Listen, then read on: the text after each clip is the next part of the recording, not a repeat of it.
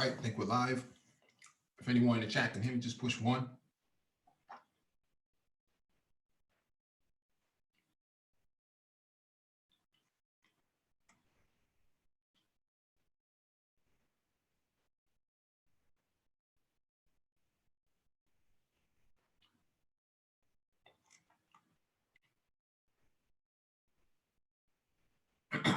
All right, I got a confirmation from the chat. Thank you for the confirmation. Welcome back to the Black Brain Trust. This is episode 511. Black Tech Talk. Please hit the like button as you come in, share the video if possible, hit that notification bell so you get all the updates from the Black Brain Trust, including those posted on the community tab. Doc in the description of the video for you to follow along with. If you want to engage in discussion, there'll be a link in the chat for you to click on. When you click on the link, make sure you raise your hand so that one of us can acknowledge you to have entry to the panel.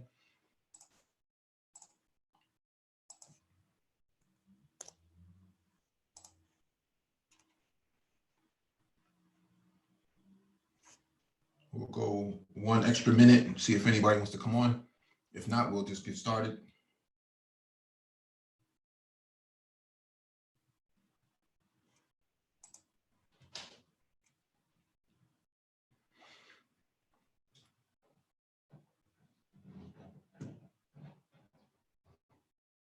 Also, as usual, we are, if you're trying to get into IT for the first time, we do offer IT mentorship. If you are trying to go from one IT role to another, we do offer IT coaching. If you are interested in having your CV or resume looked at and have questions about wages, we do offer advice in that area. And if you are in the tri-state area and looking for IT contracts, Nicole 11 does have recs on the table. So make sure you get in touch with us through the comment section or tonight's chat or today's chat.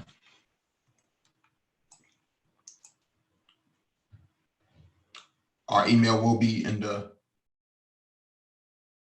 chat section, in the comment section after the video.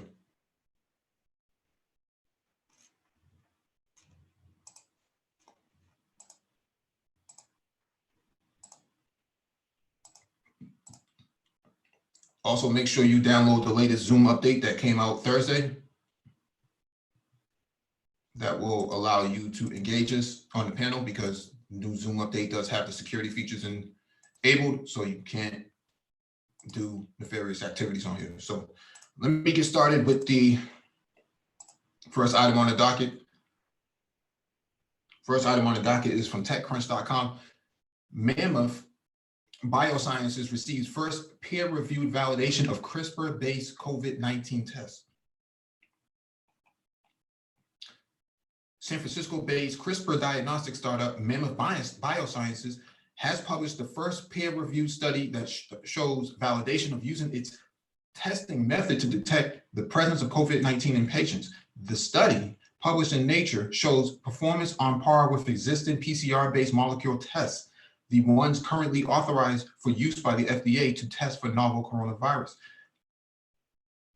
Mammoth's detector platform is designed to have advantages over traditional testing methods in a few different ways, including in its reconfigurability to address new viruses, as it uses CRISPR to target specific genetic sequences and activate a cleavage that effectively acts as a signal for the diagnostics equipment to pick up.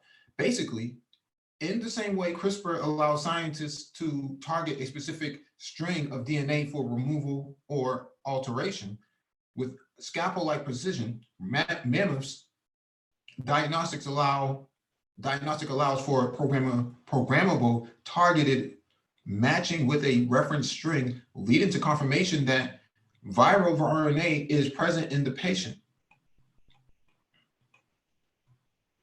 The test that Mammoth is developing showed validated use in less than 2 weeks, the researchers claim, since their platform is designed from the ground up for rapid reconfigurability to address new viral threats.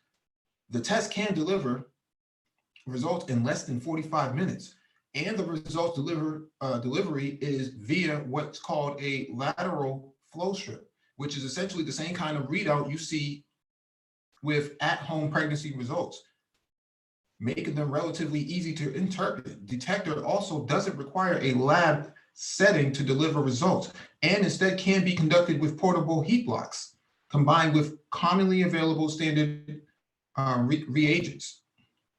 In the study, which included samples from 36 patients with confirmed COVID-19 infections and 42 patients who had other type of viral respiratory infections, the test showed 95% positive diagnostics accuracy and 100% negative efficiency.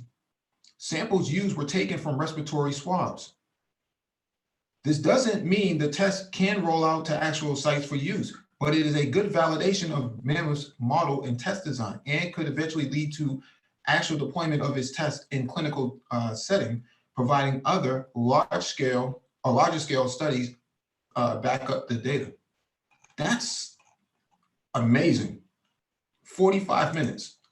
To me, that's amazing. I don't know what anybody else thinks, but that sort of, to go from the ground up and be able to design a test kit like that, that's amazing. Hey, what's going on, Mike? Hey, what's going on, dude? Not much. I was just listening in here. Yeah, I mean, that's kind of what the CRISPR platform allows for, right? So once you have a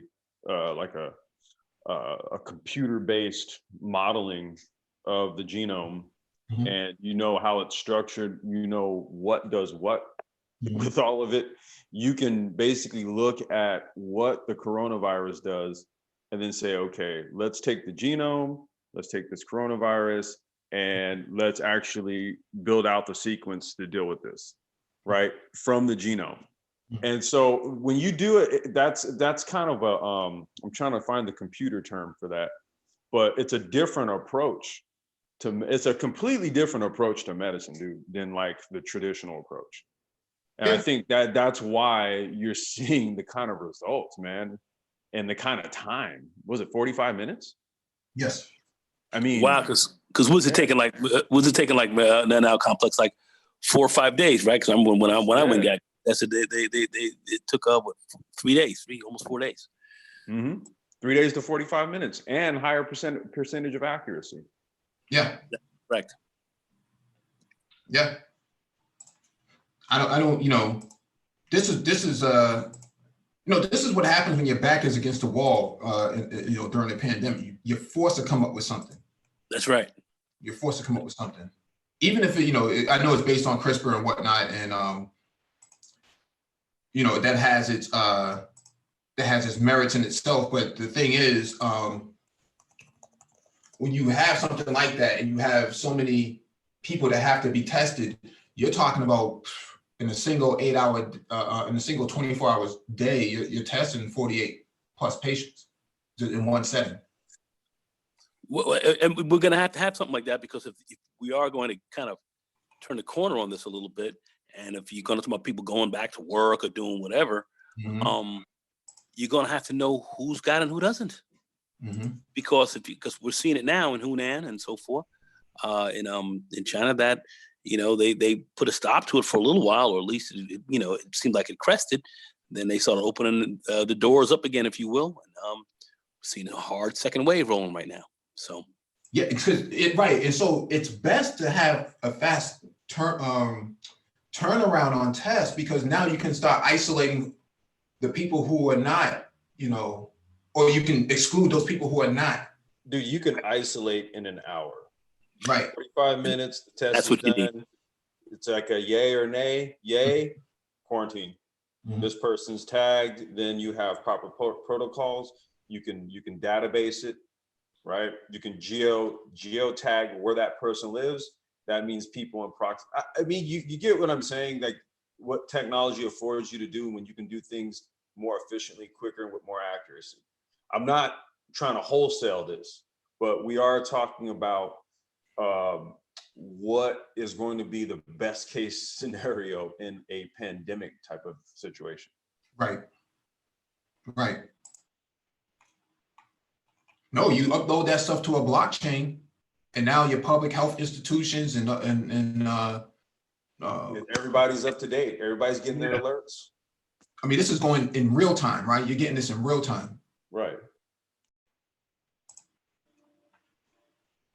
All right, let me jump to the next. That's exactly what's needed.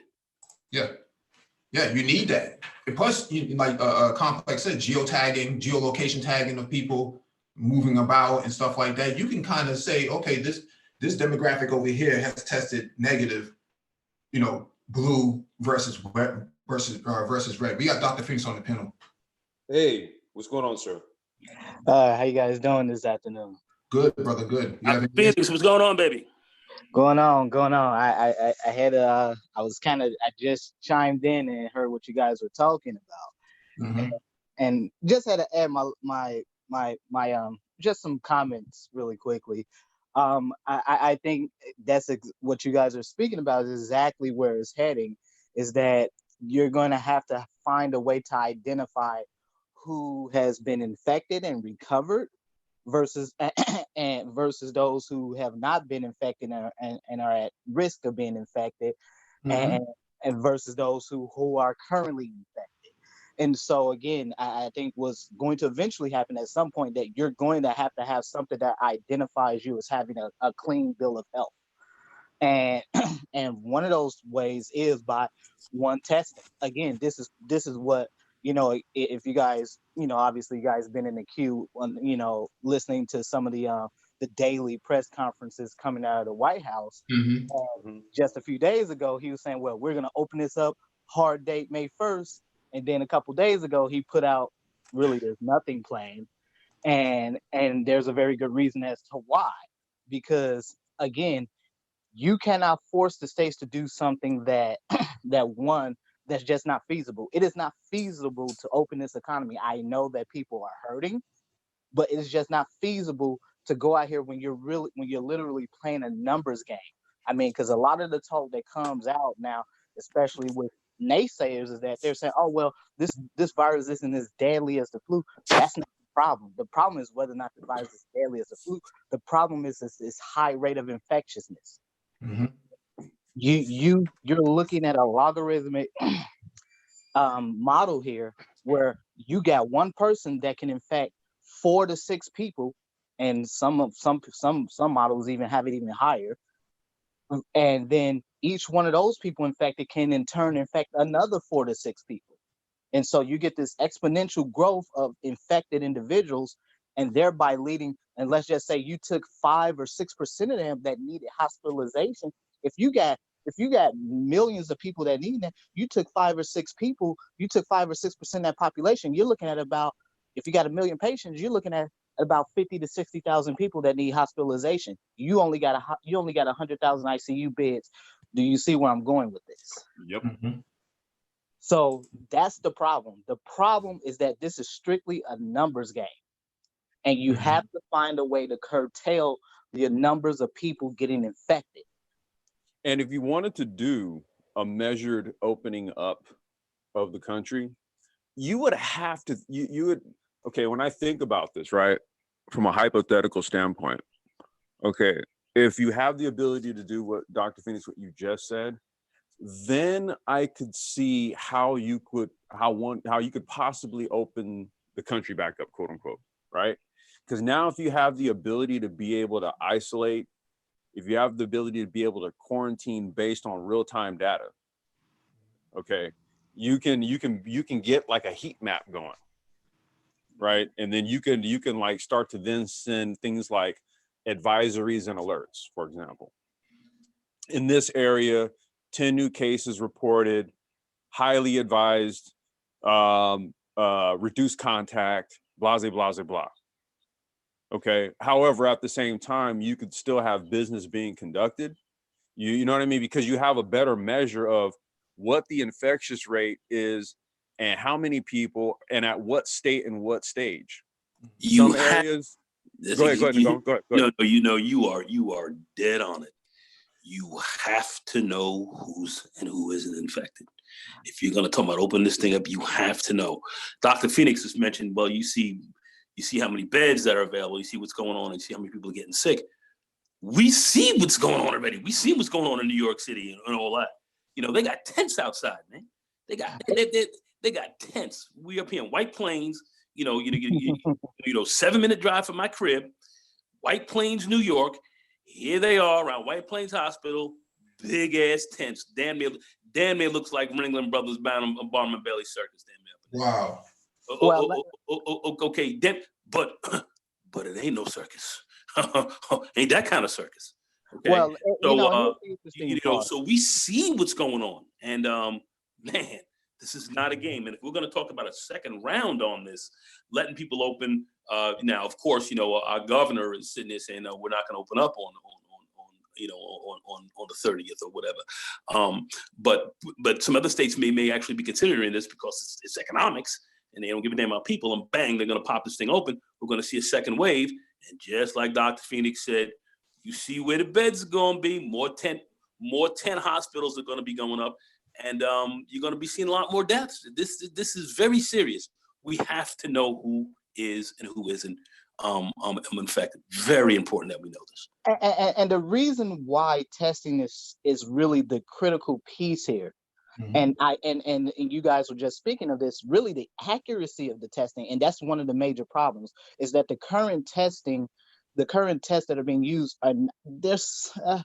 they're probably inaccurate about somewhere between 20-30% of the time. So you are getting, I definitely think that they're inaccurate. you're getting a lot of false positives and a lot of false negatives. False negatives. Yeah, exactly. And so what's happening is that you're seeing scientists and all these organizations, they're rushing to try to develop testing methods that are more accurate, because again, we're talking about sensitivity versus specificity and stuff like that. And essentially and if you're not having tests that can accurately identify who's truly and who's infected and who has developed antibodies, again, you don't know who has it. And really, essentially what the problem is, because if you guys go back to some of the past panels I've been on and over the past couple months with you brothers, pretty much everything that's happening, I've said that this was going to happen. Because this is the problem that a lot of folks don't understand, and certainly Black folks are not getting. It doesn't matter how lethal this virus is. It really doesn't matter. Yeah. The problem is whether or not you're going to overwhelm the healthcare system in this country. Well, and you have to understand the healthcare system, and Dr. Phoenix, not to take anything away from you, because what you've been saying has been absolutely consistent, but many others have been saying the same thing. And I've been listening to this quite heavily. You've been right on it, and other people have been dead on it as well. Our system itself, the system, is not designed to deal with this. It's really designed strictly to deal with a certain number of patients, make a certain amount of money, profit off of who's walking in and walking out, and that's what this thing is about. It's designed to profit off of disease. It's not about treating people and getting large numbers management. of people healthy. Not eradication. Hold on one second. Hold on one second, man. I'm talking. Go ahead. I'm sorry, man. Go ahead. I just wanted to say this thing is not about doing that. It really is about the profit margin. It's not about really treating people individually and really getting people very healthy all around. The system's never been about that. That's why I'm saying that the nationalization, it's clearly evident to me now. And I am not one who walks around and talks about, nationalizing everything, because I don't necessarily think we have to nationalize everything. But something that's this important, as we can see right now, we got to nationalize our healthcare system. We have to nationalize even some of our pharmaceutical companies as well, as it pertains to coming into the healthcare system. So if you want to buy drugs, and in some other way, fine. But when it starts to come to the healthcare system to treat people in a large way, we're going to have to nationalize the drug game to as well, because there's quite a few drugs that people are going to need, and they're not getting those either. And companies are turning them down. This is about profit. It's not about treating people, and we're seeing this right now. And our system is not designed to handle it. And I'm sure Dr. Phoenix, who's been in the system, who knows this, who's worked in it, can attest to that firsthand. I could tell you from working in the healthcare. Your experience industry. Complex with your wife is a principal example of why healthcare systems need to be nationalized. Again, if the motive is always going to be profit driven, how many procedures can physicians do? How many folks can you intubate? Can you throw on a mechanical ventilator? Again, how much money do you have? Yeah. I mean, how much money can you afford to put up front? We know that medical debt is one of the leading causes of bankruptcy in this country. And again, Dr. Phineas, it's been said that people go through their entire savings within the first 2 years of a cancer diagnosis. Like absolutely. if you can make if you make it by the second year, financially, you're pretty much wiped out. That's exactly right. Complex is dead on it. He's dead on it because this is many middle-class people who go bankrupt and have coverage. How do you explain that?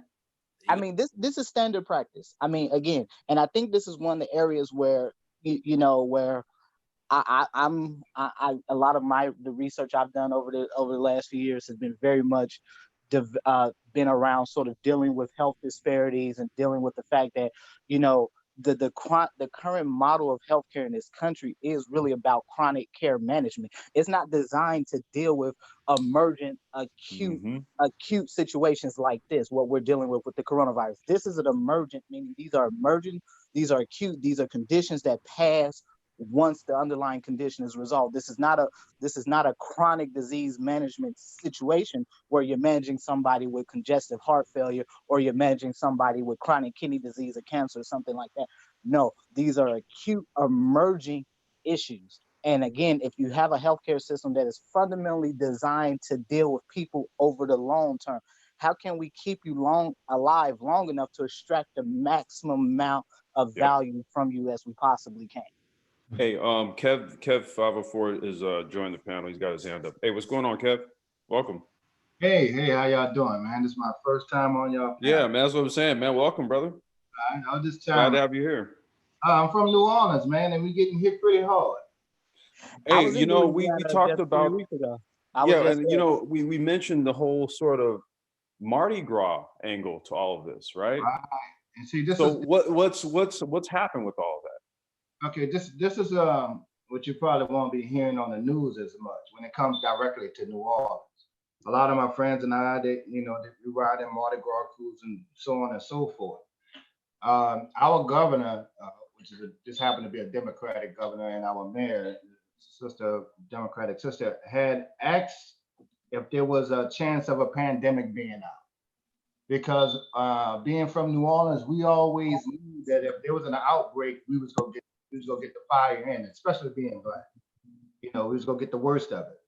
So they gave us the okay, and Mardi Gras rolled on. But we've been having these kind of things happening since New Year, and a little bit after New Year. So, a lot of people don't realize that we in a port city, just like New York.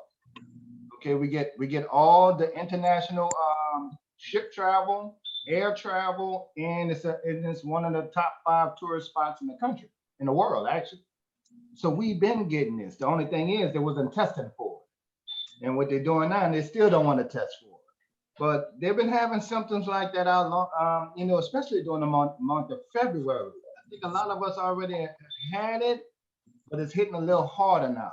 But one of the issues that we have with Blacks that a lot of people don't mention outside of high blood pressure and things like that, health issues and asthma, which is a big thing down here in the South. I actually have that.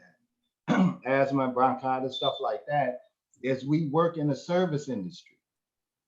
So we hands-on with a lot of travelers. I have friends that work on the ports. They unload the baggage off these cruise ships and handle the luggage. So when we look at how many Blacks actually got affected, we also got to, I think you should factor in the jobs that we had. Even in New York, the minorities have those jobs. So I think that's one of the reasons why we're getting hit hard. They're on the front line. But, yeah, I've spoken about that quite a bit. Yep. Because, in fact, I was just speaking about that on a panel I was on with you brothers a few days ago. And I think, and specifically because I've been in Louisiana quite a few times, especially in the last 8-9 months.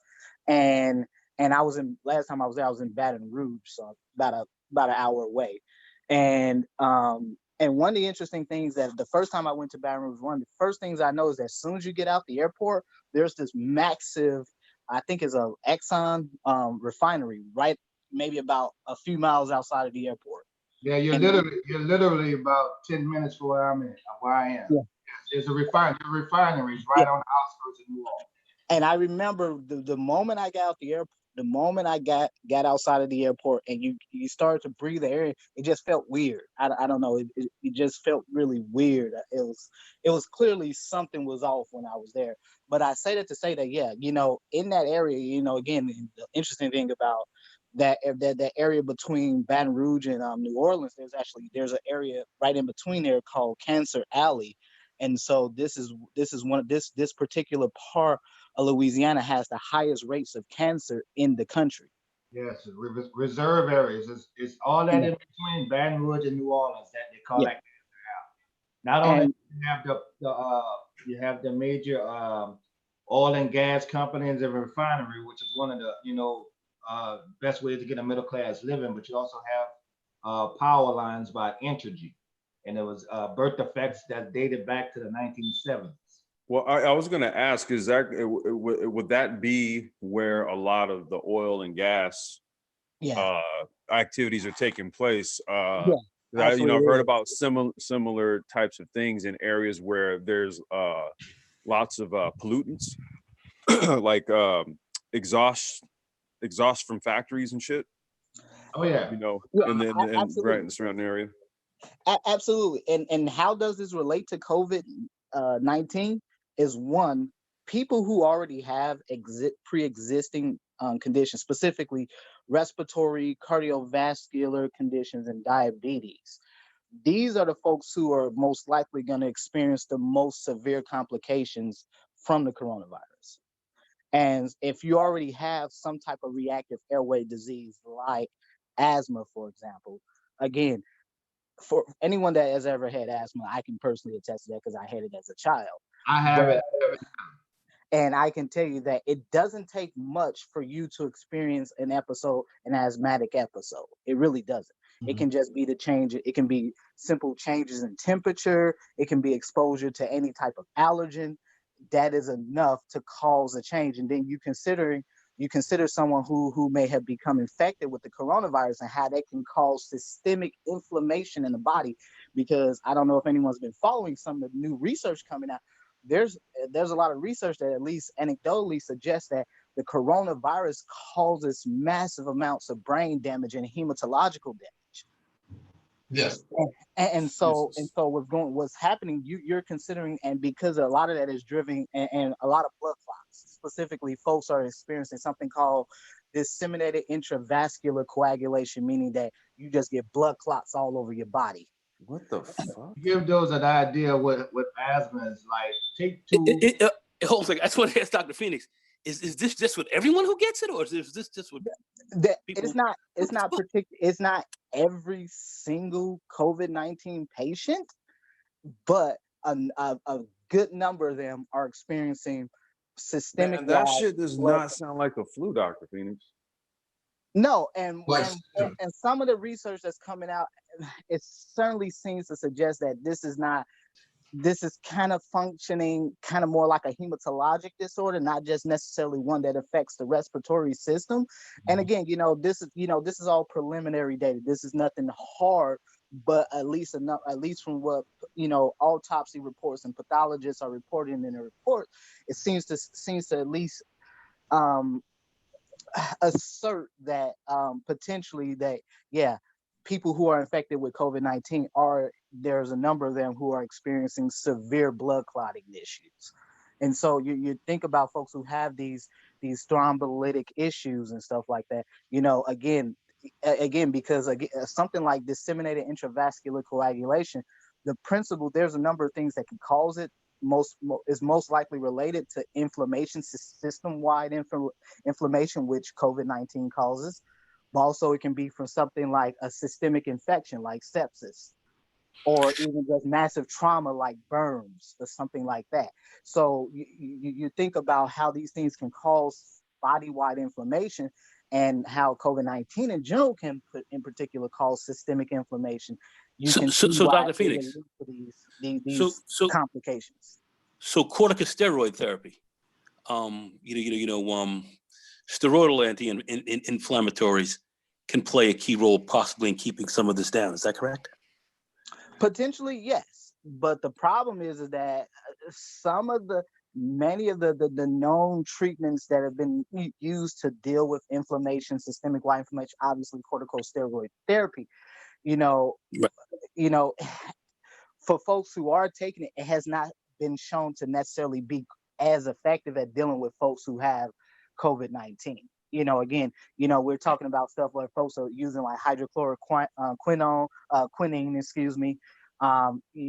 You got folks who are, you know, you got remdesivir, which is what was previously used to treat Ebola. Prednisone. Yeah, I mean, prednisone, obviously one of the I mean, steroids. So I mean, because there's one again, doctor here. I just want to say this because I just want to say this very quickly, and I don't want to move forward because doctor, you know, he's kind of knowledgeable, and I'm very knowledgeable about this stuff myself. I had one doctor up here who White Plains, and he was speaking about he's been treating his patients, and they have been getting tremendous results.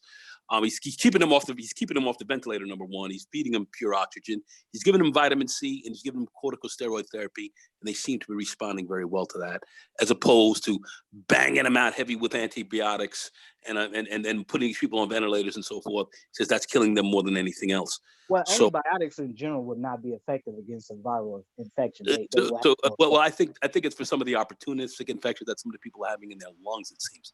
But anyway, I'm not going to get all into that because I'm not.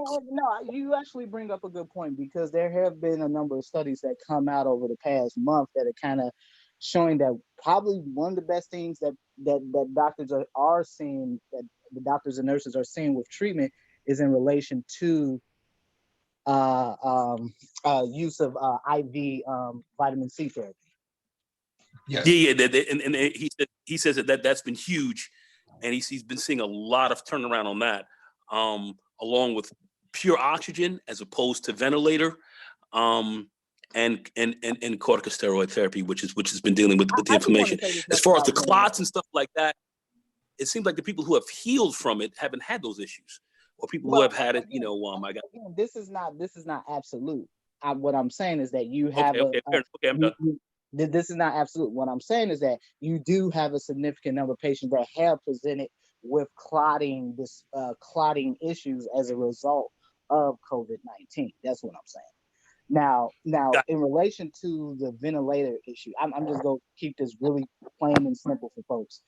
Ventilators are always a last resort. They are not the first resort. Mm-hmm. And there's a very good reason. Because for most part, as COVID-19 has demonstrated, being put on a mechanical ventilator is a terminal issue. Basically, it's a terminal thing. Because the longer you're on a ventilator, the less likely it is you will come out. It does the breathing for you, and you got to breathe for yourself. Hey, Kev's got his hand up. Yeah, I need to get to this article though. I need to get to this article. Okay. All right, one couple quick questions. I read that it has one of the impacts of 19 is the scarring of the lungs from coughing. But I also wanted to ask you, the high temperatures of body temperatures. One of my friends was coming out of it. He said he had his temperature was over 100 for like 5 or 6 days, which is quite different than the flu, and it took him out. Could that be something that can affect the brain, and how so? Yes, it all depends on what temperature the person was recorded. If you're looking at a low-grade fever, we're talking somewhere between 99, maybe 101. Is generally, I'm not worried about your neurological process. You know, I wouldn't be, because that's a low-grade fever. Now, once we start talking about 102, 103 and above, then I get concerned. But if you have a general low-grade fever somewhere under 102, I don't think that's the major concern. Now, in regards, I was just speaking about this, about the long-term damage from, there are CTs. I've been fortunate. I've seen some CT scans of some people who recovered, and really what's happening is that COVID-19 for many of these folks will have long-term permanent damage to their lungs, where you literally see that the lungs have been scarred, but really sort of these micro holes that have been punched into the lungs themselves. Okay, thank you. As a result of COVID-19. So I do want to say that, but I know Mike needs to get on, so go ahead. All right, thank you. Let me get to this article real quick. This is from fastcompany.com. Face shields are even better than masks. Here's how to make your own. I saw this, actually I'll go into it right now. Prominent Japanese designer Toguchin Yoshikawa created the Olympic flame for the 2020 Tokyo Games made of recycled aluminum waste. It was fashioned into the shape of a cherry blossom, Japan's most beloved flower. But now that the games have been postponed until next summer, Yoshioka has turned his attention elsewhere. A face shield to guard against coronavirus transmission. Yoshioka's easy to make face shield uses a hard, clear PVC sheet to protect the eyes, nose, and mouth, COVID-19's favorite entry points into the respiratory system. The free template provides detailed measurements for both the size of the openings for glasses and the thickness of the plastic boundary. With these easy steps, print out the paper template, place it on top of a plastic sheet to cut out the shape and attach it to the frame of glasses. Citizens and healthcare workers alike can create their own personal protective equipment, PPE, as products remain scarce. So this is, I don't even want to play the video because I don't want any more drama, but I'll play it anyways.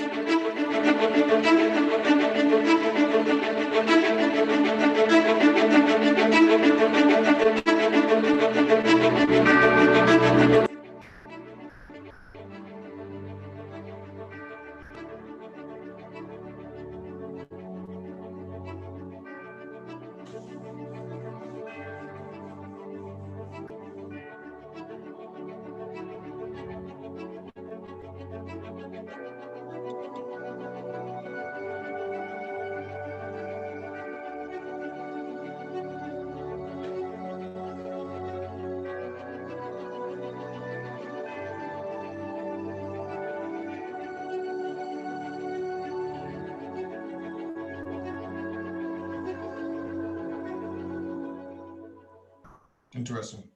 Due to the highly contagious nature of the coronavirus, which most experts claim can travel via droplets up to 6 feet, doctors aren't just urging medical professionals to wear face coverings at all times, but the general population as well. Anytime someone leaves the home, the best way to prevent infection is to have the most vulnerable entry points protected.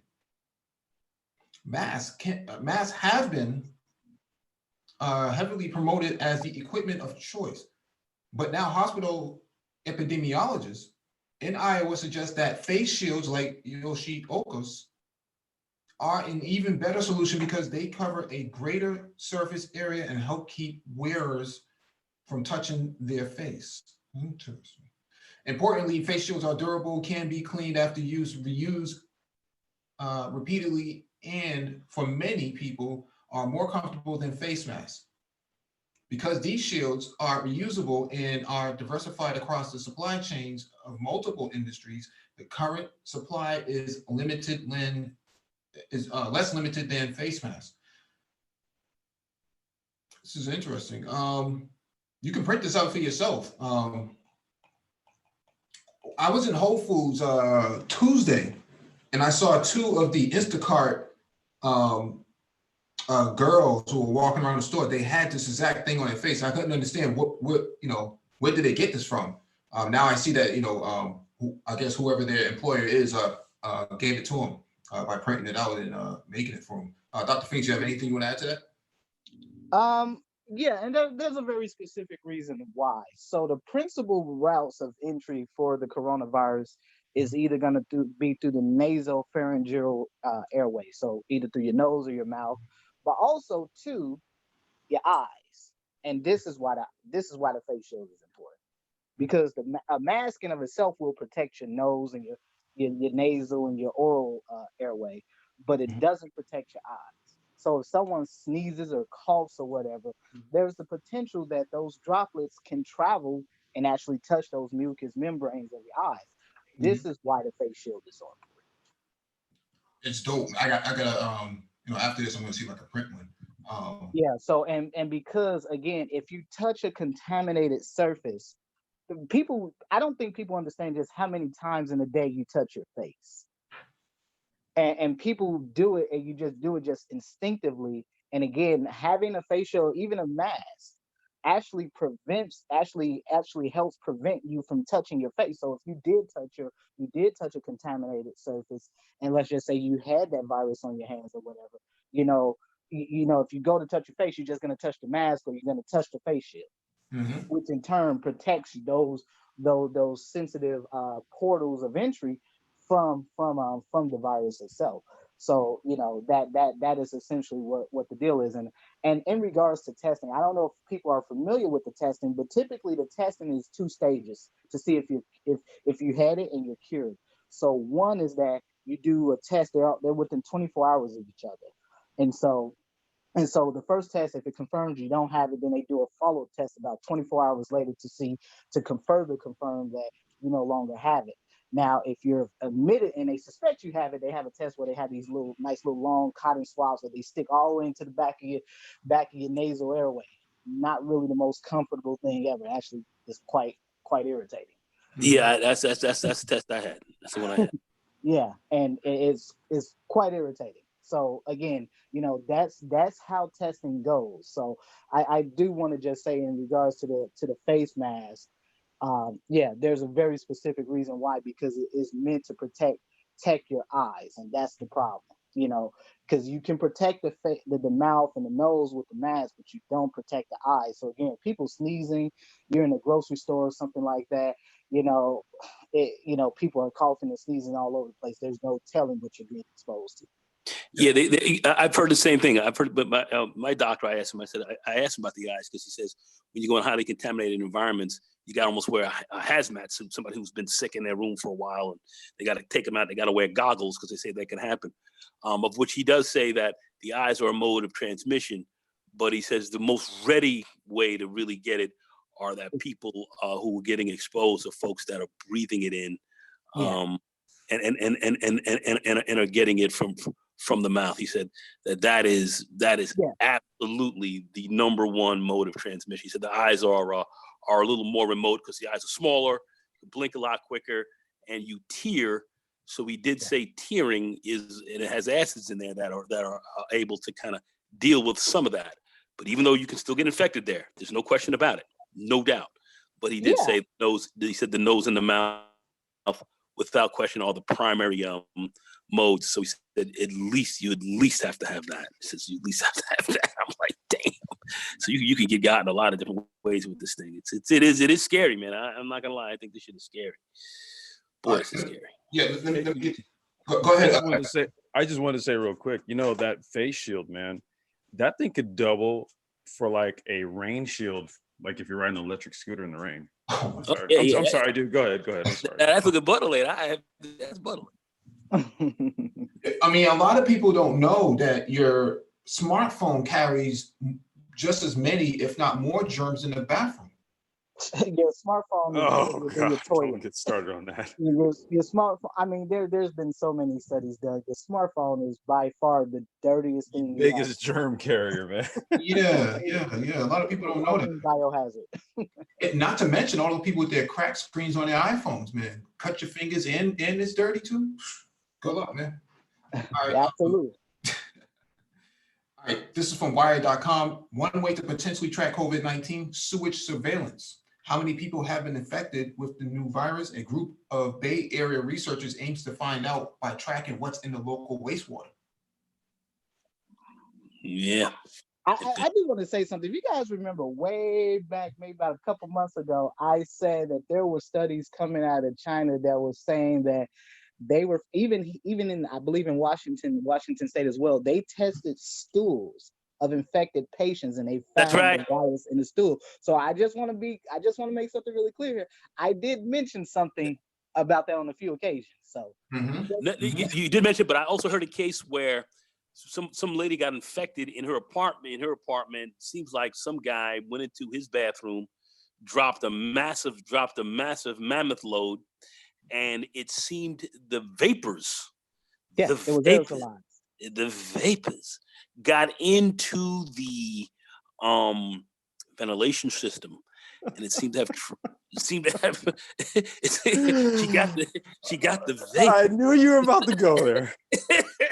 She got All right, let me get to this article. And I'm just saying that this stuff is being transmitted through the ventilation systems as well. that's what's causing a lot of infections, I think, too, in public spaces.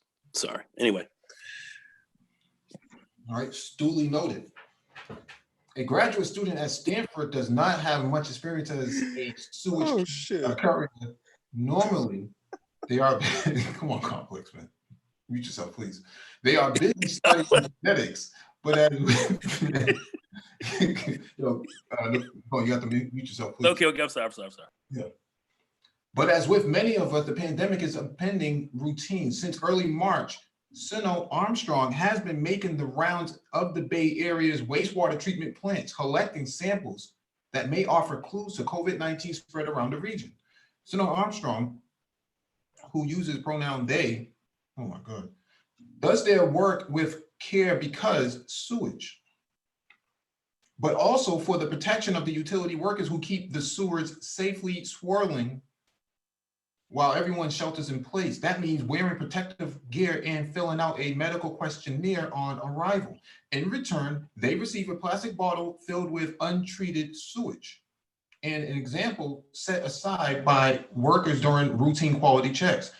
They seem excited to help, Sino Armstrong says. But we're trying to ask them to do as little extra work as possible, especially right now. Back at Stanford, the samples are filed away in the lab freezer of Alexandria Bohm, an engineering professor who studies microbes in the environment. Soon, their team will begin analyzing those samples for traces of genetic material from SARS-CoV-2, the virus that causes COVID-19. That freezer is becoming a library of what the Bay Area's bowels have revealed as the pandemic has progressed. And if all goes according to plan, it will become a blueprint for how studying sewage might provide a way for cities to detect flare-ups of COVID-19. Right now, health experts are focusing on efforts to flatten the curve, urging people to shelter in place and keep their distance to get the spiraling rate of infection under control. But what comes next? As safety measures relax, life won't go back to normal exactly without a vaccine, which is a year off at least, and without herd immunity to stymie the virus's spread. Public health officials will next face a long game of whack-a-mole, requiring constant vigilance to contain infection hotspots. Part of that will involve large-scale testing, likely a mix of blood tests and swab tests to identify individual cases, plus getting those people into quarantine and tracing who they've had contact with. But Bohm's team wants to know whether passive forms of this disease surveillance, like monitoring our sewers, could get us that information sooner. The approach holds promise because a number of studies have shown high levels of viral shedding in fecal samples from COVID-19 patients. Since that shedding happens early in the disease progression, well before patients show any symptoms, there's reason to suspect evidence of the virus might show up in a city's wastewater even before the residents of that city have been tested. A number of groups are racing to figure out how to make such monitoring work. Last week, researchers at the KWR Water Research Institute in the Netherlands were the first to publicly report that they had detected SARS-CoV-2 in wastewater samples. The group started testing in early February in cities across the country before the Netherlands had identified any COVID-19 cases. As the first cases emerged and then spread in early March, the researchers found the viral concentration in sewer water went up in tandem. Other groups, including researchers at the University of Arizona and at an MIT startup called BioBot, I'm familiar with them, have begun collecting samples from towns and cities across the US, but neither has released data yet. At Stanford, the retooling began in early February when Bohm and her colleagues applied for an emergency grant from the National Science Foundation. The US at the time had just 2 cases. Coronaviruses like SARS-CoV-2, however, are not Bohm's specialty. She studies different pathogens, mostly those that infect via the fecal-oral route. It's usually when someone ingests contaminated water. Some of Like those, hepatitis A. yeah, some of those diseases have been subject to sewage surveillance efforts in the past to eradicate polio in Israel, for example, and to track some salmonella outbreaks in Hawaii. She says that the Dutch results offered validation, even though that data has not yet been peer reviewed. It's encouraging as a proof of concept, Bohm says, demonstrating that the virus's RNA is actually detectable in sewage samples is an important step, first step. But the bigger challenge is making that value predictive. To correlate RNA concentrations in sewage samples to the actual number of cases in a community. The ability to back calculate from the sewer to the number of people could be difficult, says this is a police spell, says Dan Burgard, a professor of chemistry at the University of Puget Sound, who specializes in wastewater epidemiology. Never even heard of that before. We don't have a Star Trek tricorder where you can hold a device and it tells you exactly how much material is present. That's coming. Burgard's research largely focuses on detecting traces of illicit drugs such as opioids as part of strategies to inform public policies. But like others in his relatively small field, he's considering a pivot to help with COVID-19 detection. We've been talking about this as direction of our field is, as the direction our field is going. I just don't know if we were ever planning to scale it up so fast. Coronaviruses haven't been well studied in watery environments. They are structurally different too. Viruses that spread via wastewater, such as poliovirus and norovirus, are non-envelope viruses encased in a protein shell. SARS-CoV-2 is different. It's an envelope virus which with bits of protein and genetic material enclosed by a lipid membrane. That's part of the reason why disinfectants like soap work so well on the virus. They tear right through the weak fatty structure. But it also means that many well-honed lab techniques for handling viruses are largely moot. I'm not going to read this whole thing, this is pretty long.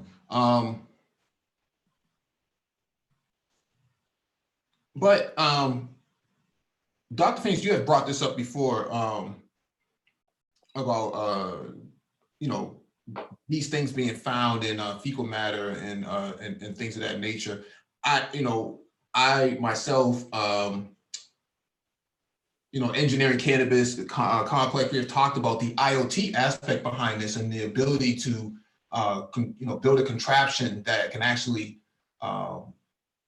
be remotely connected and test, the environment, whether it's wastewater or just the air itself, and actually collect that data in real time. What's your take on this, Dr. Phoenix? Only thing I'm gonna say, I told you so. Damn. I talked about this long before there was this lockdown, when there was still like literally single digit number of cases here in the States. I talked about this because despite the issues I personally had with China and their reporting and all that stuff, they actually were fairly consistent. Their scientists were pretty fairly consistent putting out at the time non-peer-reviewed papers talking about really the environmental impact of the COVID-19, but also too they were finding traces of the coronavirus in fecal matter. Again, one of the principal papers they put out talked about an apartment complex in China where thousands of people got infected, and they believe it came from one person who used the restroom, and they believe their stool got aerosoled and went through the ventilation. That's exactly right. Yep. And so on and so forth. Exactly right. And so what I want to the comment you made earlier, Mike, about the epidemiologists. Look, environmental health is a major component of public health. Yep. So you will find epidemiologists functioning anything involving health, no matter where it's at, environmental health, toxicology, whatever. There are epidemiologists functioning in every single one of those areas. But more importantly, when you're considering, you have these enteric methods of meaning these go through your gut. You have these enteric methods of transmission of certain pathogens. You know, you think about stuff like hepatitis A, yes, polio, norovirus, all that stuff. Yes, these things are cholera, dysentery. These things are transmitted through contaminated water sources. So again, you go to a lot of developing countries, these viruses are still major problems in many developing countries. And so you think about something that's really, really very much been understudied, like the coronavirus. Coronavirus as a whole has been one of the least studied viruses out there. Mhm. But as a whole, understanding that, again, we're seeing all these various methods where, yeah, we think it may be airborne. We know for sure is in particles, is in droplets. We know that, but also understanding that, yeah, you have a potential where, yes, you get people, you think about places where you don't have adequate sewage disposal, you don't have adequate water treatment facilities. You think about people and animals using the restroom and open water sources, and how that leads to how they can contaminate greater water sources. And again, you have the potential for something like the coronavirus. Let's just say if people were using the bathroom in areas where they didn't have adequate water filtration, water treatment, you know, you run the possibility that yes, people can get infected that way. Yeah, Very much. absolutely. It's Absolutely. a high probability, especially in developing countries. So, I mean, this is a major problem. But again, I do want to say, I told you so. Well, I think we also have that problem here because we've seen just how our water treatments in some of our cities and so forth that we could talk about. We can talk about developing countries. We got some third world water issues going on right here in these United States, and that's something that's is poorly spoken about. But we know it's a huge infrastructure problem. So I suspect that would be another very wide range of transmission, which is rather frightening. One more again. I also have some questions, and I was going to ask you, Dr. Phoenix. I don't know if Complex would know or anyone else here on the panel might speculate. How many of us have had this thing already and didn't know we had it? Had it maybe back, November, December, or January, and we're torn out the frame, and then got up, survived, we're okay, and we kept moving. Could that have been Corona as well? Could a lot of us been getting hit with it and didn't know? Man, I know, Nagone, in December, I was literally out of work for a week. Brother, I can So, tell you personally, there's that. I can tell you maybe back in January, dude, I got sick. It was one of those periods where you guys didn't see me for a while, man. I got sick for like a couple weeks. I don't know what the hell it was. I couldn't shake it or whatever. Well, at least not quickly. And I don't know what the hell it was. And I was talking to a friend yesterday, and he was saying like, yeah, earlier in the year, he had gotten pretty sick. He didn't know what it was, and it took him about two, almost 3 weeks to shake it. And I would say that, yeah, probably a lot of folks got it, and they thought maybe it might have just been a straight up flu or cold or something, but then realized, nah, there's something else. And this is going on a lot longer than just a week or so. And so I would say a good number of people probably got it, and that you just had some mild, moderate symptoms. You kind of worked your way through it, and you just went on with your life. Because I would tell you right now, I've been in some hot spots, brother. And even though I've pretty much been self-quarantined for the most part, I will tell you now, I have not had no symptoms, and I know I've been around folks who've had it. So, I suspect again, and I think it happened. I was squatting. I was doing really heavy weights. I was squatting free bar squats, and I was putting up some pretty nice weight. And I had put it up. I had gotten kind of nauseous. My breath was short. And I was sweating a little bit. I was like, what the hell's going on? Then I was nauseous for a couple of days, and then I had some weird stuff happen. I was going to the bathroom a lot, and I was like, what is, and I was having some gastrointestinal issues. I was like, what is this? Very strange. A little bit of shortness of breath, and then it just my appetite came back. I was okay, and bang zoom, I was good. Then that's why I'm questioning about the test, because I'm suspecting that might have been it. Well, that's why the antibody testing is so important, brother. And see, okay, but this the piece. We went and got tested. I wanted to see what the situation was, because my mom had gotten she had gotten sick, and she's coming through it now. But I didn't know what was going on, and we got tested, and it came up negative. So I'm saying, well, hold on a second. If I did have this, and I got through. Wouldn't it show maybe that I maybe not think positive, maybe it might show that I think a lot of the I testing was methods out here, brother, are very inaccurate. I think that's one of the major that's why problems. I'm saying Yeah. questioning these tests. I'm questioning them heavily Hey, because Kev's got his after hand that up. little weightlifting. After that weightlifting incident and all that, I thought, well, could this be a heart problem? Could this be? And I started checking out, but the nausea, it stayed around. Then I had the the gastrointestinal issues, and I was like, what is this? Because if it was the heart, I wouldn't have gastrointestinal issues like that. So I was wondering what this was, and it went away. It was, then this was, over a month ago, and just very strange. So I'm wondering, and a lot of my other friends seem like they've had issues. So I wonder how many of us had it. We may have had it. It may have run through us already. I don't know. Very strange. But anyway, I'm sorry. Go ahead. Let's Hey, go to Kev, go ahead. Cap's hand up. Yeah, well, that's what I was wondering. Could they like be a delay? As far as New Orleans, like Mardi Gras was February 25th, and then we started getting the death tolls up. And just my opinion from working down in the service industry and stuff like that. I think it took a while, maybe circulating back and forth for it to get to some of the elders or to some of those diabetic persons that getting hit the hardest. Because I'm like y'all, I think I already went through it, but I'm trying to, equate that with the death toll, from New Orleans having Mardi Gras around the 25th, which I can see that maybe it was like a 2 or 3 week thing before it really starts sinking in. So just a thought. I would say in general that would be correct. Again, the standard incubation period for the coronavirus is between 5 to 7 days. Although many people have had incubation periods well beyond that, 14 days. I've seen and read of some cases where people had incubation cases all the way up to a month. Right.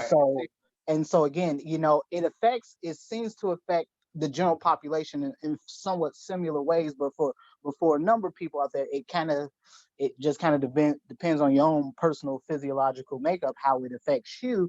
And so the cases we're seeing now are folks who were infected back in March, even the cases that even when you was looking at what's going on in New York back in March, where you really had this really high death rate, it's starting to come down now. But you look at those are cases for folks who probably got infected back in February. Yeah. See, I can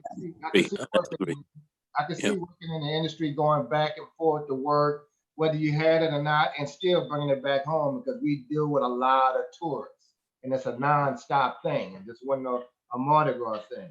Thank you, Doctor. I appreciate talking to you guys. I'm gonna get on first time caller. Love the show, and I appreciate What it. up, man? Peace, Kevs. Thank you for Yeah, I stopping just by, want man. to say something because I was in that area in Louisiana mid-March, and that was at that time they were just starting to get the spike in cases, and the spike didn't really happen until maybe about a week or so after I left. And so what I'm suggesting is that the people that the death toll and the people you're seeing that got really sick, these folks were probably infected at least 1 to 2 weeks prior. I would probably say anywhere between 2 to 3 weeks. Yeah, I can believe that. And I was talking to an elder of mine, and one thing in the South, I don't know how other people were raised, when they have a thought of a flu or certain things, we've been raised, if we'd have known that, we'd have called in, because especially the older folks, because in the Southerners were raised, when they got things out there that's catchy, we were raised to stay away from white folks. Literally is what my grandmother and them used to have that since we were raised with when kids had headlights and things like that and herpes. So that's what one of the elders like. We'd have never went down there if we didn't know there was some type of pandemic, which was our biggest fear next to Katrina. Well, I want to say this much too, because I think there's this natural superstition among Black folks. We get everything from white folks, and that may be true in some instances. But here's the problem with coronavirus: is that what you're seeing is that for young people, most of your young people that get, many of them are tending to be asymptomatic. So you think about your nieces and your nephews, maybe you have cousins or something like that. They come around, they're the younger folks, and they come around older people. they're asymptomatic. You don't know if they have it because they have no symptoms, but they're probably carriers of the virus. And so again, if they're coming around you, they're already exposing older people to it.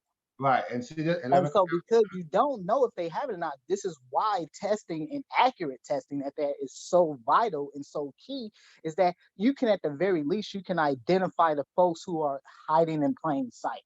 People who have it and have no symptoms. Clarify what I mean about that a little more, because see, we knew that growing up that they're the travelers, because I work in a port city, and it's 80% Black city, 60 now. If we work in a port city, we get travelers from Asia.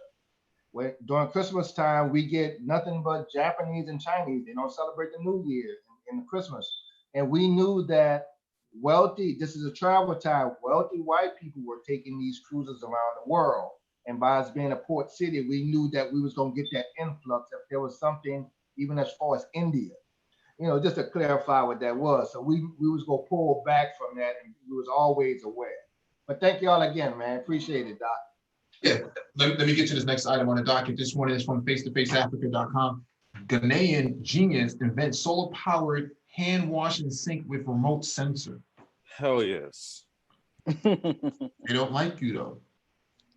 What kind of technology do they have there? They don't like you though. They ain't got no running water over there though. A Ghanaian genius, Richard Kwarteng Aning, has invented a solar-powered sensitive hand washing sink to help in the country's battle against the novel coronavirus. Ghana has so far recorded 641 confirmed COVID-19 cases with 83 recoveries and 8 deaths.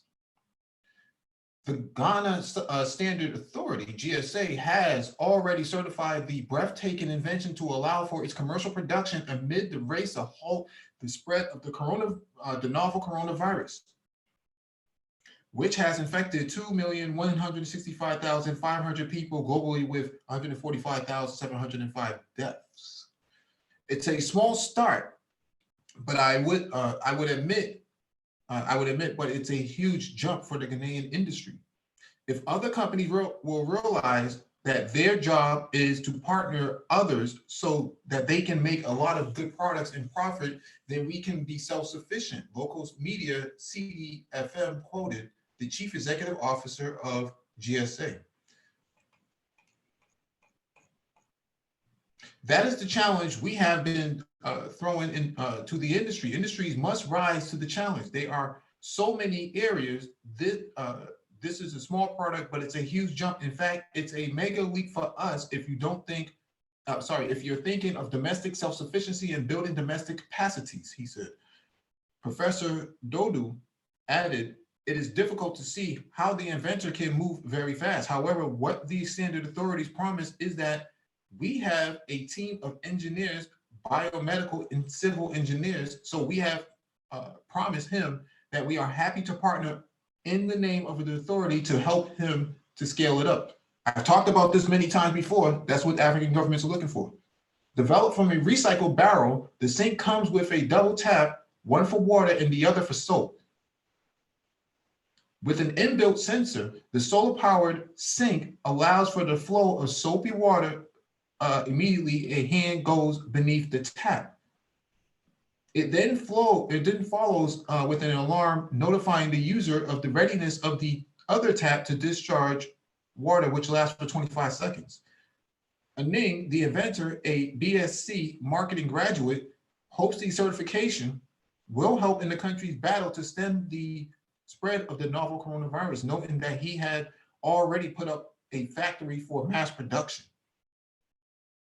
So we are going to employ a lot of people and get this thing on the market because lots of calls are coming in for orders and we can't fail Ghanaians and Africans. Oh, shit. So we have to do this and do it well. This is why we are partnering with the GSA to get this standardized for the international market. Aning was quoted as saying, we have spoken about this. Speak on it, Mike. We have spoken about this since last year. People have said, you can't do business in Africa. They don't like you though, and all this other stuff. And theoretical. Right. Here you have the government saying we're willing to partner with willing to partner with people who have these sort of social enterprise products that can help locally. I've heard this out of their own mouths from members of parliament and other public health officials. Let's play this video real quick. This is what we've created, my team and I, to help solve this COVID-19. So this system is the normal barrel we call Ankre. And we've recycled it. And we've installed solar system that will help pump the water. And we have sensors, so we don't need to touch the tap. It drinks the soap first and the water follows. So I'll demonstrate for you to see how it is done. So here's the sensor. So as the one puts the sensor, the soap comes. This is the soap, the soapy water. We've programmed it for 25 seconds, so you'll be able to wash your hand very well. See, so you wash your hand very, very well. And we've given you an alarm system that will prompt you that the system is still working. As soon as the alarm goes off, the water follows.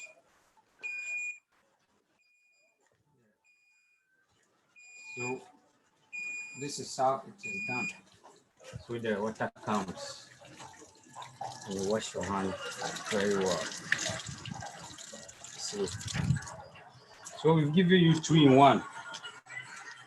The same system carries the soapy water through the same tap, and the same system also gives you the ordinary water to wash off the soapy water. 25 seconds.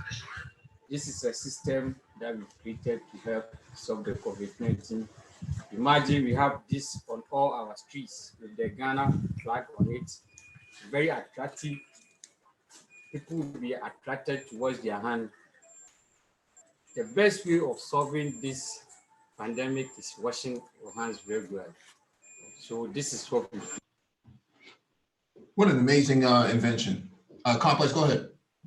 I was gonna say, man, you gotta understand how I'm looking at this. This is similar to like how a whole entire industry was created on flipping a shipping container, right? Mm-hmm. So this is an industrial flip on a industrial barrel.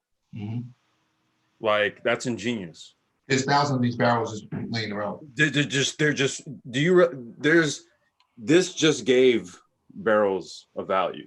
Mm-hmm. This is what I'm talking about. Yeah. Can I add something really quickly? Because I think this story you read like goes in line actually with the previous story, the previous article you read, where it talked about how the coronavirus is enveloped in a lipid capsule versus some other viruses that are enveloped in a protein capsule, and why hand washing is so effective at getting rid of the coronavirus. Because understand something, when you use a soap, what a soap does is called an emulsifier, but what it does is that it takes a polar substance like water and a non-polar substance like an oil, a fat, a lipid, and it makes them, you can mix them together because it breaks down those non-polar bonds of lipids, and so it allows them to combine in a sense, for lack of a better term. And so the reason why that's so important is because this is what I said before, and I said this long before there was still single-digit number of cases, and even when this current administration was denying that the coronavirus is a problem, I was telling people on your panels that the most effective thing you can do is wash your hands. Wash your hands, minimum 20 seconds, warm running water, minimum. And this invention highlights that very fact, because again, one of the best ways to deal with a virus that's enveloped in a lipid like capsule like coronavirus is hand washing, because hand washing in of itself breaks down that capsule. Now, when you're dealing with something that has a protein type capsule, you know, the problem with that is that those are not degraded as readily through hand washing. So one of the best ways to degrade a protein-based capsule is actually through temperature and acidity. And so, you know, that kind of goes into a whole nother level of stuff. But I want to say this invention is so vitally important because, again, hand washing has been fundamentally deemed the most effective way to prevent the spread of the coronavirus. But this is just in general for diseases in general. Hand washing is just such an important factor. But the ability to be walking down the street and you may have touched the surface, may have been on public transportation, and this is sitting right there. You just run your hands by it, free, and you're done. Yeah, and again, just to mention, you guys mentioned you know, a little while ago about your phones being really dirty. Just imagine how many people, how many times you touch your phone, how many a day, how many times you sit your phone down on a dirty surface every day, and you don't think about that. Yeah, you may have your phone may have come in contact with something like the coronavirus. It may have come in contact with some type of package. You know, I don't know if this is on the market. This is just another idea. What about like something like an alcohol-based aerosol sterilization spray for cell phones? Because, you know, you can't use anything that like that standing liquid. It would have to be something that hits it, neutralizes or kills, and then evaporates. You know, I don't know. That's a very. What do you think about something like that, Doc? I think it's very feasible because, again, I'll tell you right now, man, when I was in Louisiana, brother, you know, I was washing my hands like every 10 minutes, man. Damn. Man, I had, you know, the lady I was with, you know, she had these disinfectant wipes, man. We were wiping our phones down like every time we were out, you know. I mean, it just is what it is, man, you know. And I think this is just really the new reality that we're in, that you're going to have to be more cognizant of best public health hygiene practices. You know, hand washing is such a critical component of preventing the spread of disease. Again, most people don't wash it. I think I was telling you guys this maybe about a month ago. I was in a Whole Foods and someone used I went to the restroom, someone used the restroom, didn't even wash their hands. This was an employee. Yeah, all employees must. Yeah. So I mean, hand washing is such a critical component to preventing the spread of disease. Mm-hmm. Yeah. Yeah. These are the sort of inventions that the continent is looking for. Now he's about to be a billionaire. Everybody around the world wants these things in third world countries, developing countries. They're gonna want this. And it's so simple, it's ingenious. I mean, that's the sad part. Dude, infrastructure improvement does not have to be like difficult. It can be design. It's all about how effective it is. Oh, plus your mic is breaking up a lot. Yeah, that Boost Mobile kicking in, brother. Mm-hmm. Yeah, and he painted it in his nation's colors. You know, and again, you know, this is such a simple invention. Could you imagine something like this on every corner of every Black neighborhood in this country? Mm-hmm. You know, well, to an extent, I could. I mean, some of these niggas out here probably pissing. Yeah, but I'm just saying in general, you know, stuff like, because again, this is going to be our new reality going forward, where you're going to have to be hyper vigilant, hyper cognizant of making sure you're not spreading a contagion. You know, there's already talk that hell, even schools might not even reopen for the next year or so. Yeah. I mean, this is really the reality that we're having going forward. And again, a lot of this is all predicated on the fact of whether or not you can get accurate testing and vaccination and herd immunity, as you was reading the article, a couple articles back. Mm-hmm. I mean, this is, until that happens, brother, this is our new reality. Yeah. Yeah. I mean, it's an IoT-based device. I was just mentioning it, IoT, when we read about the article about testing sewage water, to know where these things are coming from. You know, these the pandemic, tracing the pandemic down. Yeah, this guy's my hero for today, man. No, it's such a simple invention, brother, that people you would think like, why the hell nobody would not think about this? I mean, you go to a public park here in the US, especially if you're in a black area, how hard is it to find a place to wash your damn hands? Or how hard No, wait. No, they have something similar at some of the racetracks that I go to, where there is like, it's actually, I think it's made by Rubbermaid. So it is kind of like this plastic hand wash station. And they have them at the racetracks because, you get a lot of like oil and stuff, right? So guys always want to wash their hands. So they have these Rubbermaid ones, but nothing like this one where there's an IoT aspect and all that, solar powered, and no, nothing like this, using barrels, no. And that's such a great point, brother, because I think part of the critical thing here is that as it pertains to black people, hand hygiene is just so important. And let's just keep it real. I know black folks try to make it sound like, well, we're cleaner than white folks, but let's just keep this real. Black folks don't wash their hands like that either. I've seen a lot of dirty feet in the community. Black folks don't wash their hands. Brothers got some of the dirtiest goddamn hands I've ever seen. Have you seen the amount of litter in some of the black neighborhoods? Yeah, I mean, you think about you go to one of these really downtrodden, dilapidated areas, black areas. You go to a park, you still got kids getting cut on needles, getting stuck by heroin needles. Dude, you have buildings where you can smell the urine. We were just in the last article, we were just talking about fecal matter and human waste and the coronavirus connection, and you literally have buildings that reek of piss. Yeah, you have that, and I just want to say this too. You walk around some of these communities, I ain't gonna say nothing, but you see a lot of big crusty feet as well. God damn. I'm sorry, guys. I apologize. No, and like I said, again, I think the genius of this invention is how not the fact that it's just so simple, but just how easily it can be implemented within a society.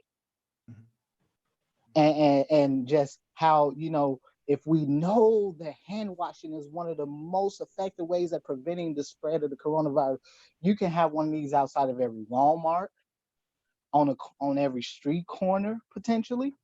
Yeah. And it's so inexpensive. It's not like you can't find drum barrels around the place. Those drum barrels are a dime a dozen. They are dirt cheap. Yeah. They're usually free. Yeah, typically they are. People usually, like in the areas where I'm at, they're like, come get this shit. It's like the equivalent of like pallets. They're just dude. I mean, you go to a loading dock at a major port, they need to move these things as soon as possible. Yep. These barrels are just sitting there, they usually get, repurposed for other means, like trash and stuff like that. But for something like this dude is going to literally be a billionaire. A literal billionaire off this. It's so simple. You have to ask yourself, why has this never been thought of here in the States?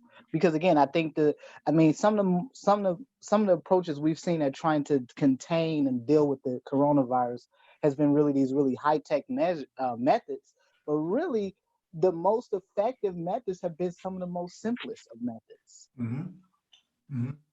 And again, just having an invention like this available, here in the States will probably go a long way. We know in, for example, Michigan, which is, to use Nagon's phrase, is getting torn out the frame, because of the coronavirus. You think about the water issues that you've seen present in Flint.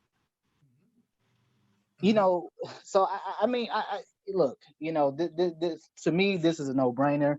I've always been about prevention and public health, because again, for me, I think, if Black folks want to see some real gains in their health, this is where it starts. Yeah, let me answer this question in the chat. New Jersey Prophet says, Mike V, how do you think COVID will affect China's influence around the globe? Well, I can't speak around the globe, but in Africa, they're getting torn out the frame. Okay. Yeah, Zimbabweans are turning away Chinese from the hospital if they're sick. The Kenyans are basically burning down their, their businesses and institutions out there. Out in West Africa, man, they're turning them away. I don't know. Well, here in the States, they ain't got no friends. I don't think this is really about China's influence. This really isn't. I think what this is really about, and at the end of the day, what this is going to come down to is whether or not how responsible is China for this current situation. Mm-hmm. I think that's what this is going to come down to. I mean, China's always going to have a place on the world stage. They're just such a major player that's never going to change. Mm-hmm. Mm-hmm. But this situation is really not more about whether or not they're going to have more or less influence. It's really about how much responsibility is going to be on them once this is all said and done. Yeah. Because there are a lot of questions to be answered on their part, for sure.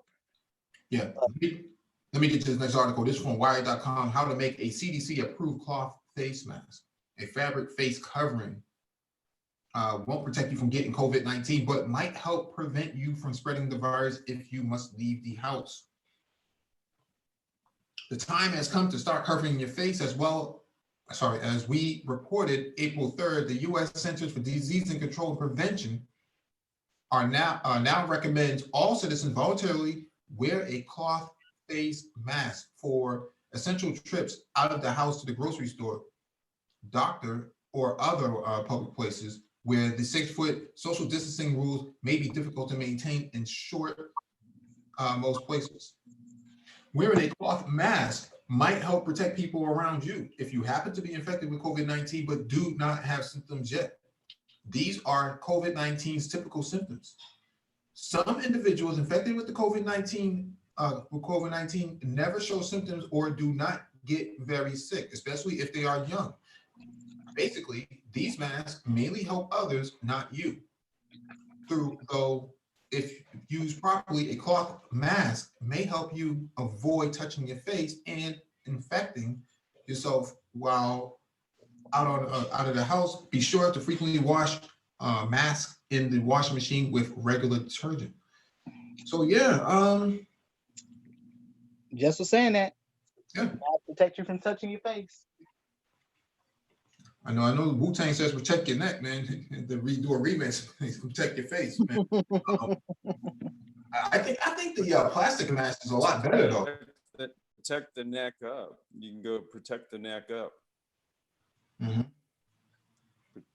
No, I was just saying that. Oh man, here you go. Yeah, but you already had your jab when you said microtransportation. So. Yeah, but this is there's a website, man, an African clothing website, man. They have dashiki masks now. I saw that it's already been pre-ordered. Dashiki mask.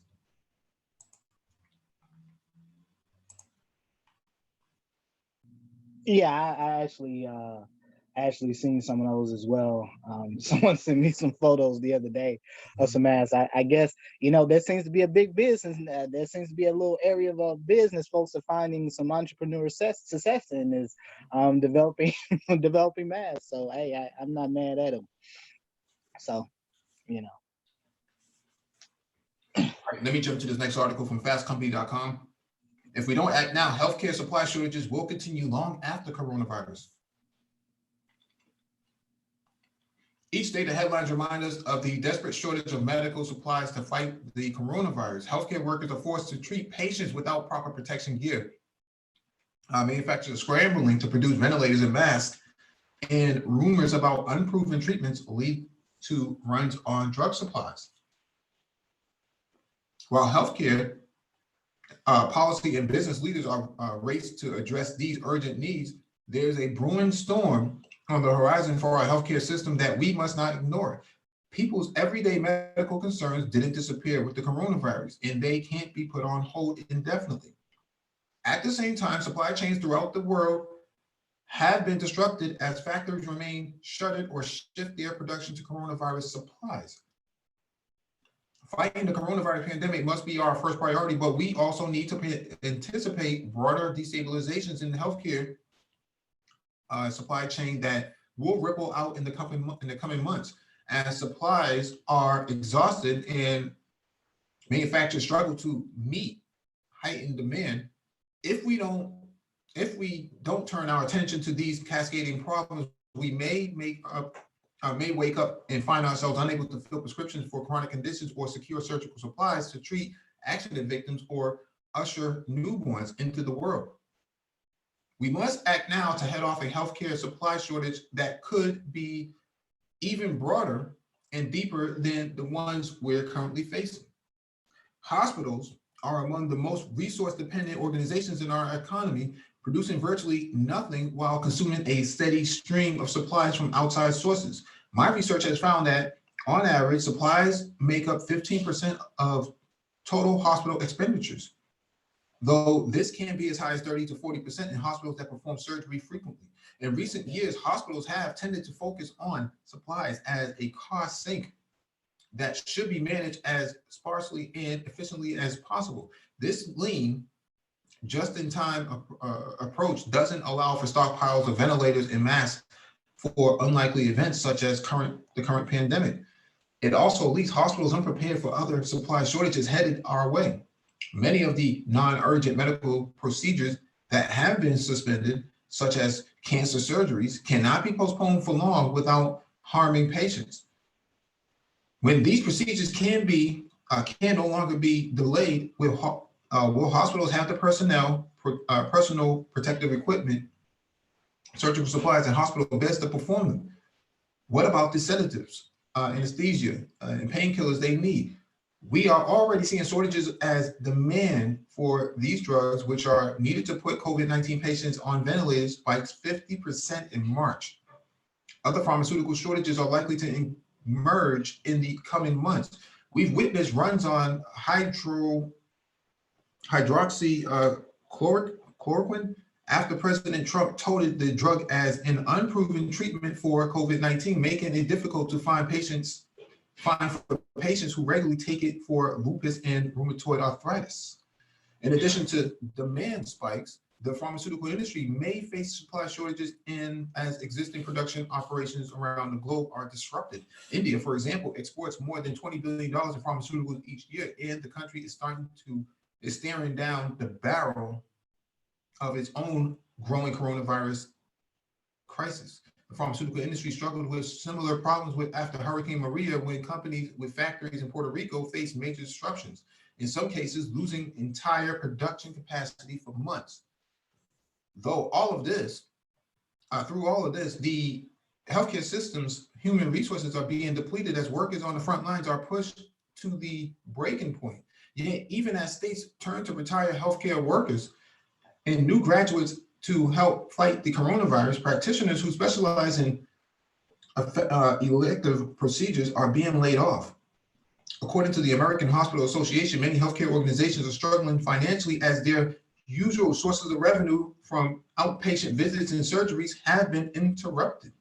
We must act now to anticipate and prevent these cascading healthcare supply chain problems, so that we can fight ongoing waves of coronavirus if necessary, while still addressing our population's day-to-day healthcare needs.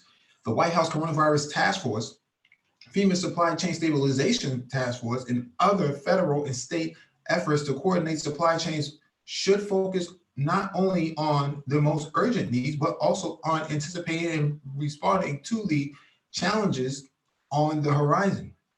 They may be positioned to look at the entire system and anticipate what medical supplies, drugs, and human resources will be in short supply 3 to 6 or 12 months from now. Healthcare organizations needed great communications and visibility across the chains that supply them with medical devices and pharmaceuticals. They should strengthen ties with suppliers, distributors, and group purchasing organizations, GPOs, to develop plans to meet institutional and community needs in the coming months.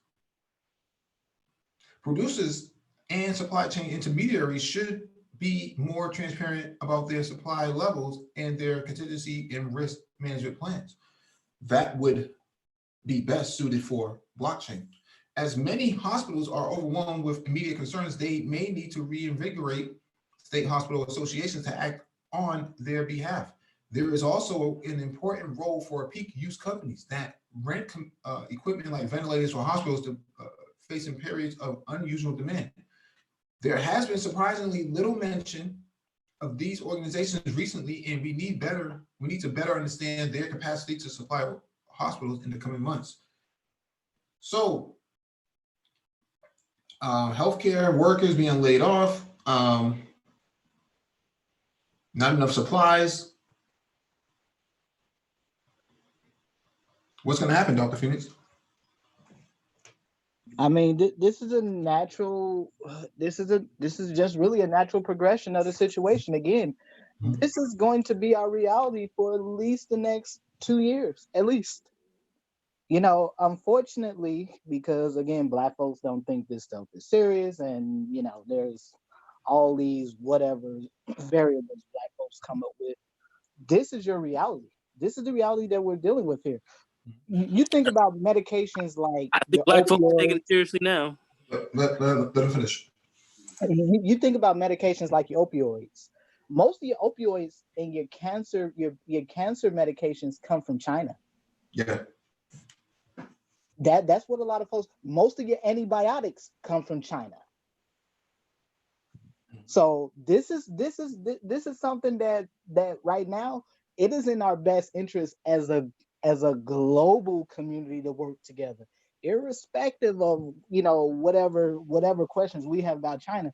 This is going to take a global effort, because this virus may have started in China, but we've seen it across the Atlantic, across the Pacific.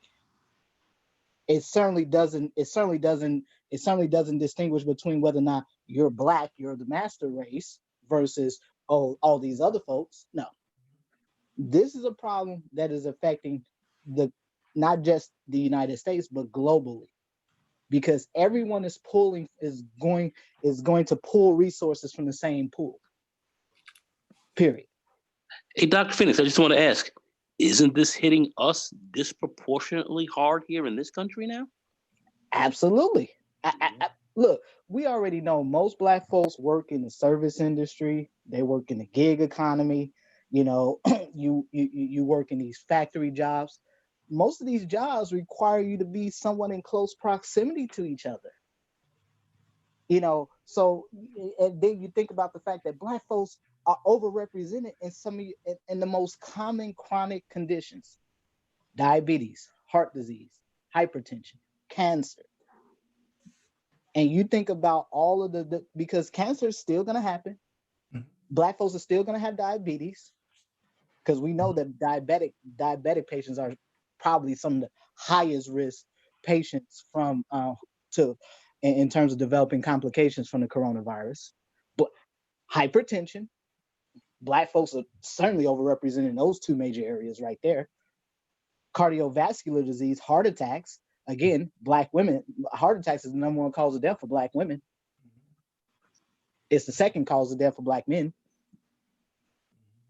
So you think about some of the most common chronic conditions where Black folks are overrepresented at, and think about if you have medical supply constraints on what is the medications, folks that need their insulin, folks that need their metformin. You might be on metoprolol, a beta blocker. You might be on some type of calcium channel blocker. You might be on some type of anticoagulant. So maybe you might be on Coumadin or something like that.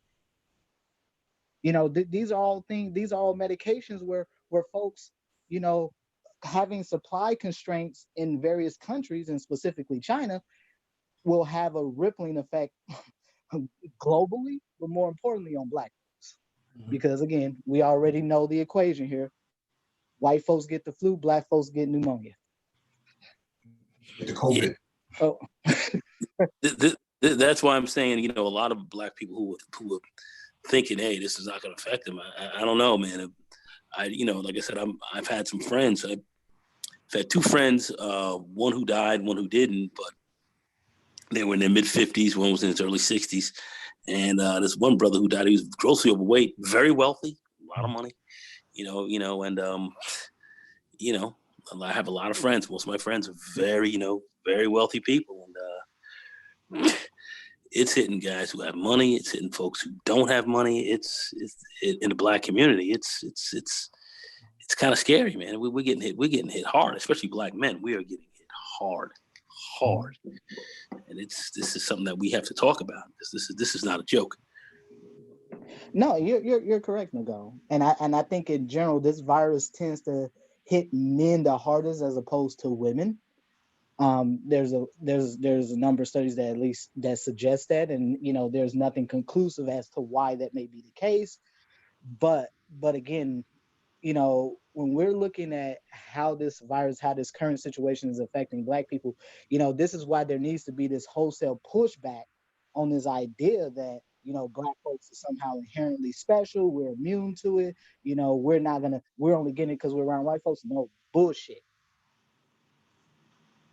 Black folks in every city in this country where Black folks are in any numbers, you're seeing they are being hit the hardest. I'm in a lily white ass state, and Black folks are a third of the damn cases, and they're most of the deaths.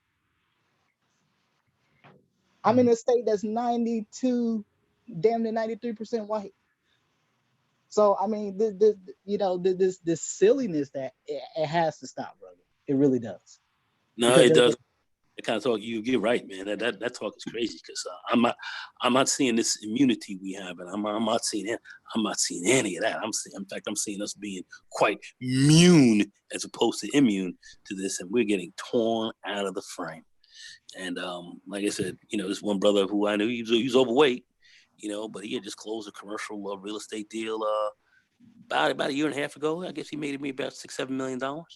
He's walking around caked up, nice and heavy. Out of here now, 57 years old, gone. 2 kids and a wife, and and then the rest of it. This is. I'm talking about cats who are making dough, cats who are doing all right, and it's hitting us all pretty hard. It's hitting us hard, high, low, fast, slow. You make a good point, because I also want to be clear about something too, because I think because I've seen in some various videos on YouTube and stuff like that where you got Black folks are saying that, oh well, this is more if you're young and you're healthy, you're fine. Bullshit. This does not distinguish between young and healthy. Yes, if you're healthy, you have a better chance of fighting off. Yes, that is true. But that is true of any scenario. But it does not mean that you're the exception. That's a fact, because there's one of my friends, he works for the state. He just got it as well. He seems to be getting through it pretty decently, though. His symptoms are subsiding. He's doing pretty well at this stage. He's 35, but a 30-year-old young Black female, 30 years old, working in his company. She just died. She went into the hospital, didn't come out, and 30-year-old black female, young, supposedly okay, no issues. There may have been something underlying, saying that she did have some underlying issues, but she didn't come out of there. She was 30 years old, so I don't know what else to tell people except that if we're thinking that you're Black and you've got some protection, boy, that's a terrible mistake, and it could cost you your life if you're thinking this way. Yeah, something that I saw about 2 weeks ago, I was on Twitter and I saw a posting, a very well-known Black person in, I guess in the social media space, very well-known, put out a statement on Twitter saying that Black folks were being targeted by COVID-19 in the government. And I want to say this, because I think when you get into this realm of conspiracy talk and silly talk, because I do think at this point it really is silly talk, you have to give me a damn good justification as to why, if this is truly being targeted at Black folks, you got to give me a reason why you got rich white folks dying. Yeah. Because you know why Donald Trump started to take this serious? It's because one of his buddies died. That's why he started to take this serious. One of his buddies that's a billionaire died. Okay. Mhm. So when black folks better give me a damn good reason why you're the exception. Why everybody in this world, across the world, irrespective of race and socioeconomic status, are dying from this. You're getting prime ministers of the UK got it. Okay. He was in the ICU. And he was in the hospital. People, you know, he was touch and go there for a minute. So And he was one of the main ones denying it. yeah, well, you know, he ain't no denier now. Yeah. He ain't denying it So now. so And Justin Trudeau was just rushed to the hospital himself. Yeah. The Prime Minister of Canada. yeah. So you got to give me a damn good reason as to why somehow this is some magical, this is some grand conspiracy, because everything is not a conspiracy. Believe it or not, I know a lot of black folks think that everybody gets up every single day of the week thinking about how they're going to tear you out the frame. No, in many respects, most black folks get ignored. That's really how it works. Mhm. Let me read this article real quick. But yeah, I you know, that's just my little tangent, because that's something that I've run into since this really started to pop on the radar, is that I've had a lot of black folks tell me a lot of really crazy stuff, and yeah, it just kind of gets under my skin. So Gotta get away from that book. Gotta get away from it. All right, this is from fastcompany.com, how Apple and Google's coronavirus tracking technology works. Apple and Google held a joint press conference on Monday to explain their recently announced collaboration on a phone-based approach to tracking and then interrupting the spread of coronavirus. The companies are making changes to their respective mobile operating system to allow iOS and Android devices to use Bluetooth to detect and record when they come within 10 to 15 feet of any other iOS or Android device, provided its owner has opted in. If you use the app and anyone you've encountered later tests positive for coronavirus, your phone will alert you of that fact. By implementing this technology, the companies are digitizing an old, arduous epidemiological process called contact tracing, in which health workers trace the transmission of the disease from patient zero to any person with whom they may have come in contact with. The lines begin spreading out like a tree from the original carrier as days pass and new contacts occur. The goal is to catch up with the spread of the disease, then change the behavior of the most recent infectees so that they can't pass it on. Historically, this has all been done through hard shoe leather detective work. The new system, digital contact tracing, takes advantage of a device that's always with us to track the course of a disease. The two companies say that in phase one of their project, which will begin rolling out in mid-May, users will need to download an app developed by a public health agency. That app will be able to access the digital contact tracing data collected by the phones. In phase two, the companies will build the functionality deeper into the operating system so that users no longer have to download an app to start contact tracing. They just opt in. Let's say that 10 days after I downloaded the app and start tracing, I test positive for coronavirus. I would then report that fact to a secure server managed by Google and Apple. The server would then alert the phones of anybody with whom I come in contact in the last 14 days. The person who receives such an alert would go to the health agency app and they download it and find instructions on what to do. This may mean self-quarantine, getting tested, or going in for treatment. I don't know if I'm a big fan of this. Mostly because a lot of people aren't going to want to opt in anyways if they know they have it, because they don't want to be isolated. So I agree with that. I do agree with that. I think a lot of people are not as readily are not okay really just self-reporting. I think that's certainly been a major issue. So yeah. mm-hmm. All right, let me jump to the next item on the docket.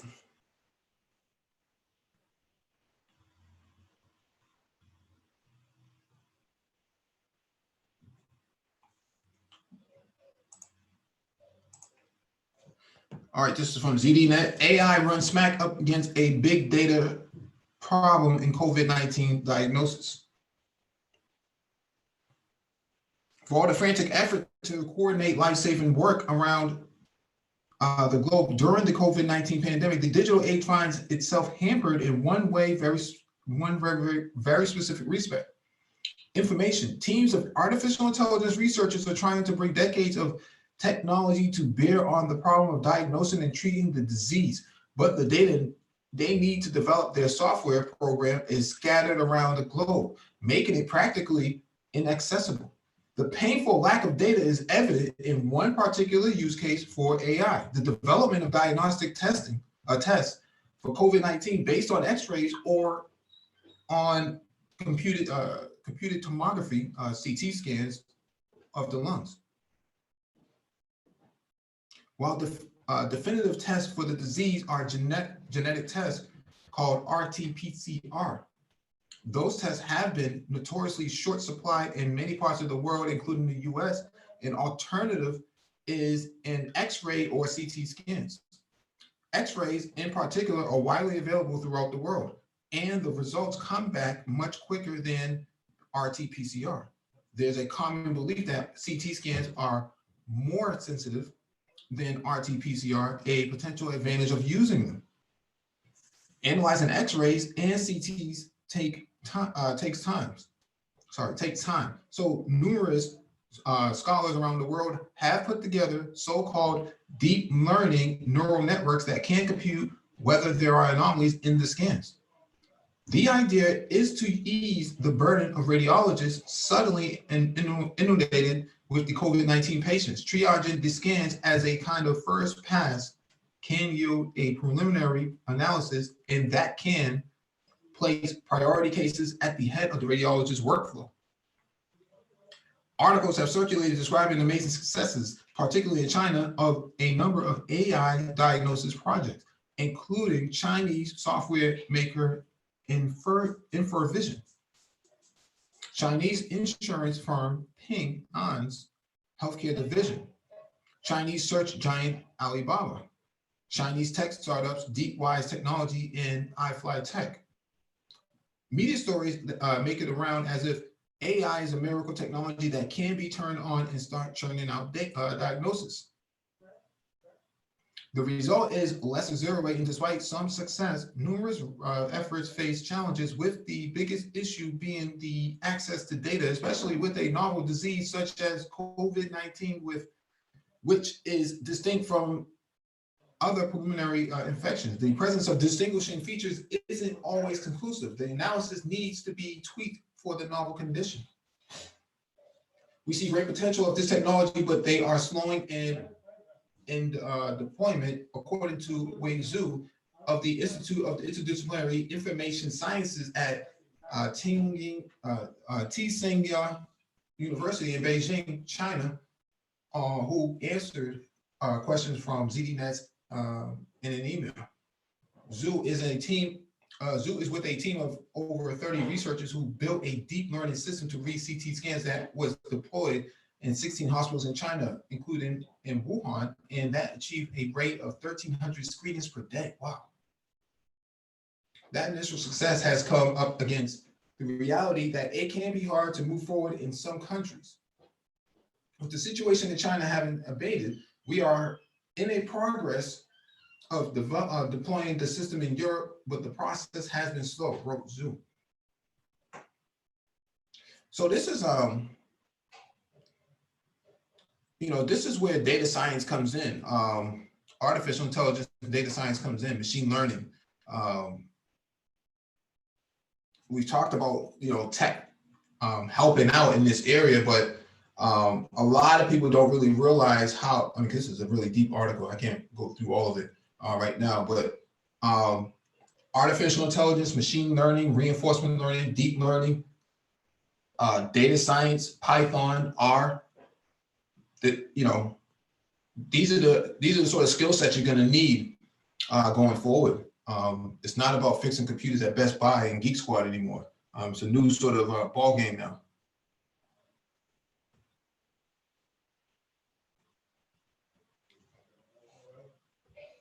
You know, there's been a massive application of big data in general and data science to, I mean, this is how they've been able to track just the levels of misinformation, which is why last week you had the Surgeon General, even the president and vice president come out. They had to come out and make a public statement about what was going on with Black people in relation to the coronavirus. Because again, a lot of what's happening with Black folks has come down to the fact that there's been a lot of misinformation circulating around Black communities.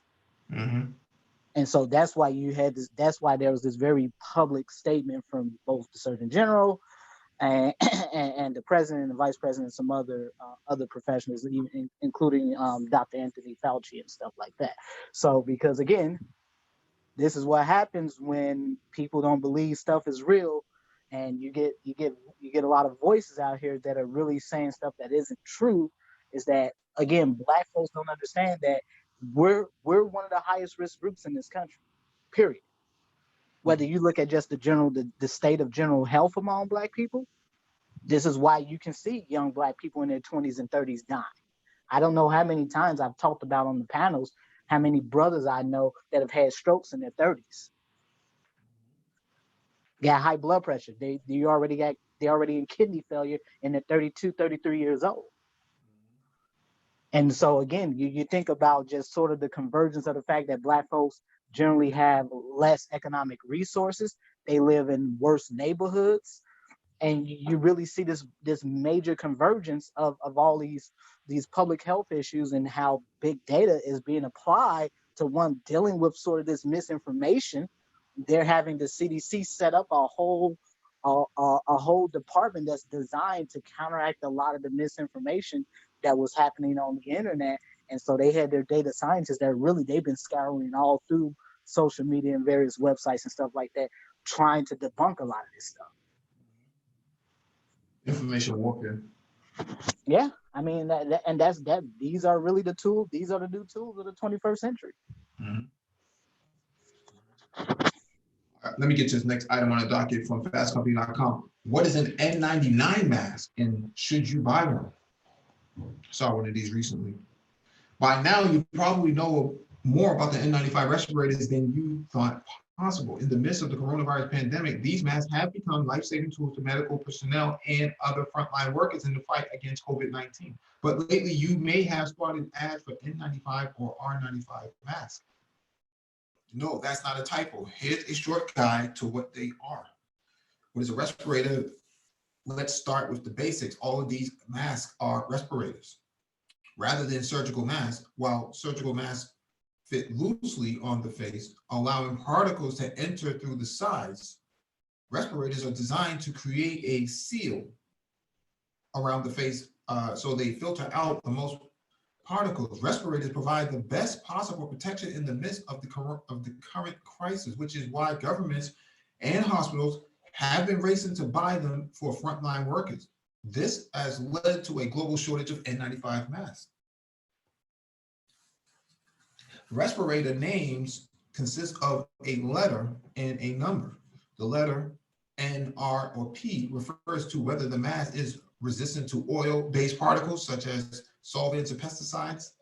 The N is non-resistant, R is oil-resistant, P is oil-proof, so that resistant to oil, so totally resistant to oil. The number refers to what percentage of airborne particles the mask filters out. The R and the P masks are largely geared toward industrial workers. Oil resistant isn't particularly relevant right now since coronavirus particles aren't oil-based. Generally, the more particles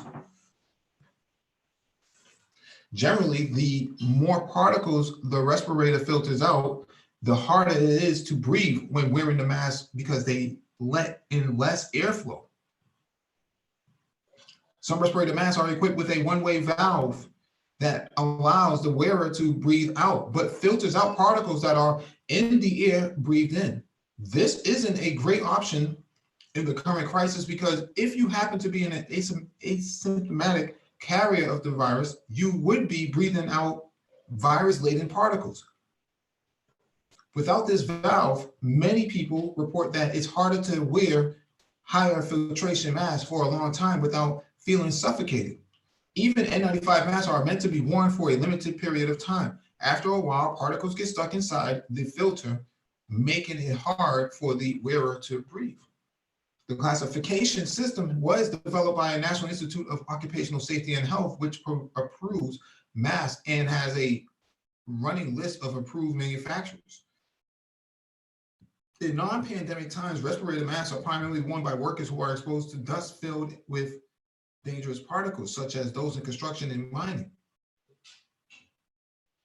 When there isn't an outbreak, doctors don't require that much protection from airborne particles, so they tend to wear looser fitting surgical masks. As my colleague Mark Wilson recently described, the N95 was the first single-use respirator brought to the market.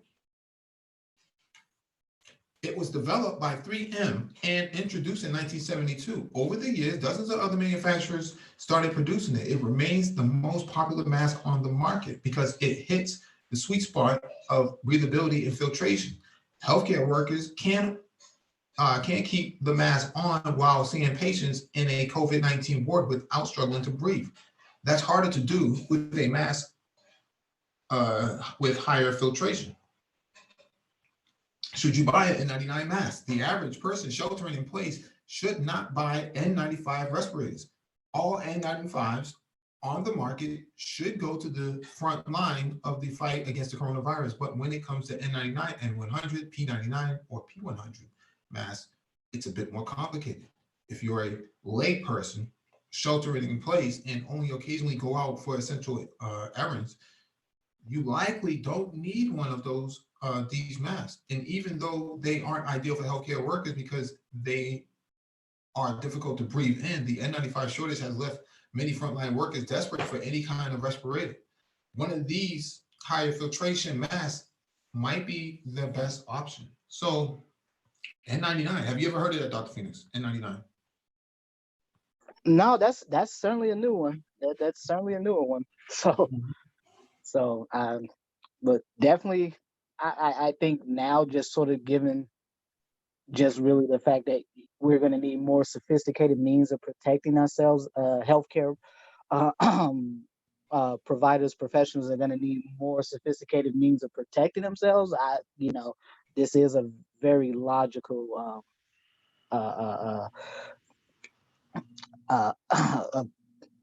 this is a very logical solution to dealing with the fact that, yeah, we're going to need a more efficient mask that can better filtrate a lot of these particles. So yeah, I can definitely see that. All right, let me get to the next article.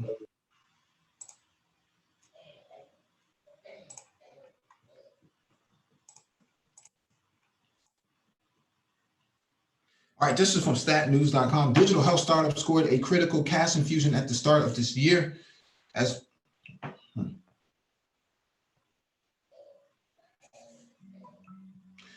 much of the world prepares for a possibility of a coronavirus-driven recession, a new report suggests that some digital health startups scored a critical infusion of cash just in the nick of time. Rock Health, a digital health-focused venture fund, released a report Monday showing that such startups raised a record-breaking $3.1 billion from investors between January 1st and March 31st, 2020. The funding, which took place over roughly 100 deals, is more than double the total first quarter funding seen in previous year. Yeah, this was bound to happen. I mean, we did a live stream about telemedicine, telehealth, startups and why Black people should be invested into this type of stuff. And now this happens and $3.1 billion just moved in the last 90 days for this. So don't say we didn't warn you.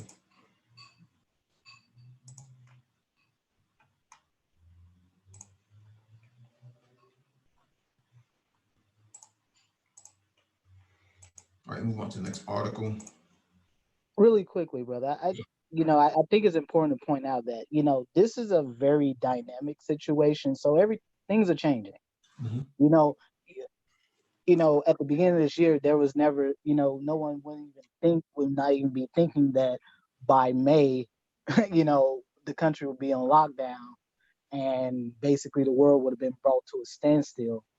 And so, everything that you're seeing coming out, I mean, this is just a natural progression of events. Things are changing practically daily. So just something to keep in mind. Yep. All right, this is from Mashable.com. Coronavirus pandemic exposes urgent need for programmers of a very old computer language. Ventilators, retired doctors, N95 masks all have been in high demand from heads of state and U.S. governors. But now you can add COBOL programmers to that pandemic response list. That's right, New Jersey Governor Phil Murphy has a new request you might not have seen in the headline. He needs help from computer programmers adept in a decades-old programming language called COBOL. Mike, were we just not talking about this just the other day? Yeah, literally. You have some women in the ministry who knows COBOL too. During these past 2 weeks, more than 362,000 New Jersey residents filed for unemployment due to the coronavirus pandemic. There was also a 1,600% increase in the state's unemployment claims during the first week of the outbreak, as compared to the usual amount New Jersey receives. Its system is now being overloaded with many requests still yet to go through. And that system is apparently built on COBOL. We talked about this last night. Over the weekend, Murphy held a press conference to update his constituents on the state's coronavirus response. During the conference, Murphy made an explicit request for programmers versed in COBOL, as he mistakenly referred to it.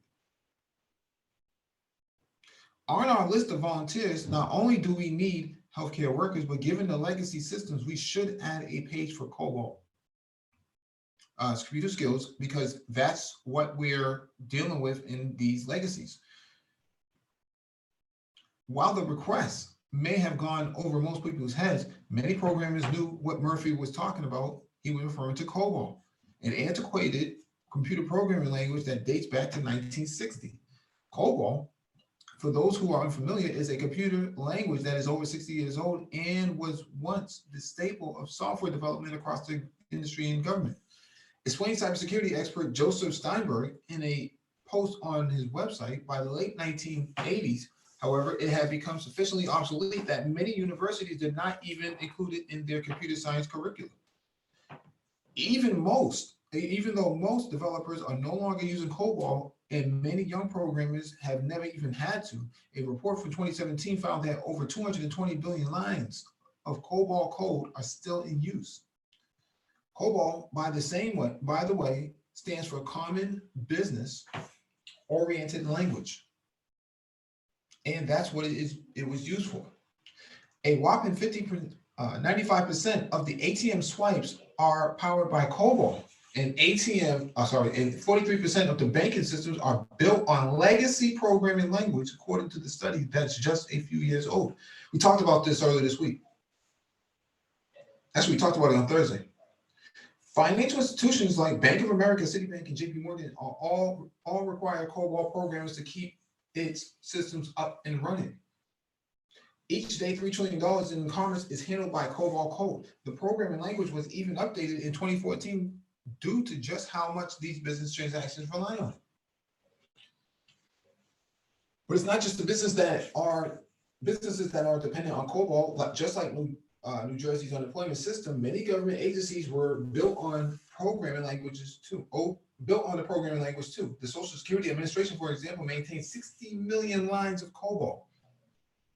The Department of Homeland Security and Veterans Affairs use COBOL for its system that track everything from hiring to the hiring process, processing benefits. That old legacy stuff is still out there. Mike and I were just talking about that. Just the other day on a hangout here, on a live stream. And I'm saying I still at times get recs for COBOL people, COBOL, CICS, some DB2 stuff. And it's with some of the big banks, some of the big insurance companies that carry large amounts of data. And they have these old storage, they got these old back-end storage systems that have been around for the last 30 years. They haven't upgraded, they haven't changed it, and this stuff is still out there.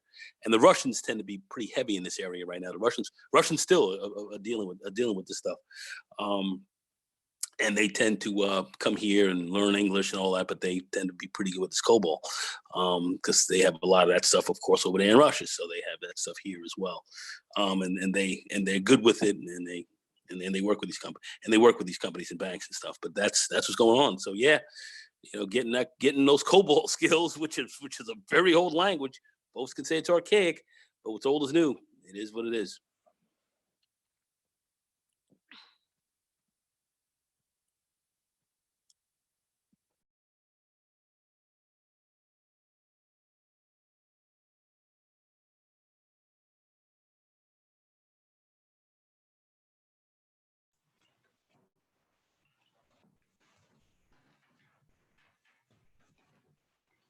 Is Mike muted? No, I'm here. Oh, okay. All right, next item on the docket is from zdnet.com. Data scientists, White House issues a call to arms. A COVID-19 data sheet may hold the key to flattening the curve. Data scientists are being asked to unlock valuable insights. This is where engineering cannabis comes in with his cape. There's been a call to arms for data scientists. U.S. health and tech leaders in the White House Office of Science and Technology Policy want qualified data scientists to mine terabytes of available research data on COVID-19.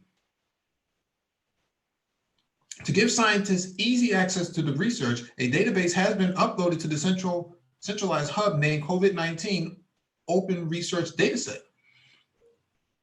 It's an opportunity for data scientists, a way to help healthcare workers and policymakers understand a growing data set that holds the key to making informed decisions. At the moment, we lack the most basic knowledge about COVID-19, including an answer to the most fundamental question: how many people have been infected? Health experts agree that reliable data answering this question and other fundamental questions are needed to guide difficult decisions ahead. What role do data scientists have to play in the response to the pandemic? To answer that question, I reached out to Gordon McDonald, CEO of Capice, a Florida-based team of AI experts whose tools and deep learning networks are used by corporate clients to quickly train their models and generate predictive insights into things like customer buying habits, product pricing, and employee attrition. After the White House call, McDonald decided to temporarily divert his company's expertise and resources to help him with the COVID-19 data. The good news is we have lots of data, says McDonald. The bad news is the organization and accessibility of that data is very spread out or difficult to access. Given the difficulties with the data set, McDonald points to AI deep learning as a necessary tool. Deep learning is not a typical algorithm. A user literally teaches the platform with hundreds of examples of the various classifications of predictions. Once taught, then future classifications and predictions are in the hands of the deep learning platform. This can be applied to the health data in general, which is a growing trend in data-driven medicine. Does this CAT scan report any issues in the scan frame? McDonald asked by way of example. Listen to audio and find instances of sleep apnea. Predict the patient's quality of life as good, medium issues after they have an upcoming surgery. What progress, if any, has been made so far? How might the effort evolve in the next weeks or months? There is at least one company, Engine.is, attempting to link data science researchers with data with data with technology, says McDonald. I have offered my company's full services to that effort, but all deep learning starts with data, and data is what we need. I am aware of one COVID-19 data set that has been published for others to use. More coordination is necessary, McDonald points out. Out of this pandemic, it's possible there will emerge a new framework out of which to deploy data scientists as the first responders to meet urgent and developing problems like pandemics. Until then, the ad hoc response is the best we have. So, you know, engineering cannabis in the chat is a data scientist. Okay. I know there's a lot of boot camps and whatnot.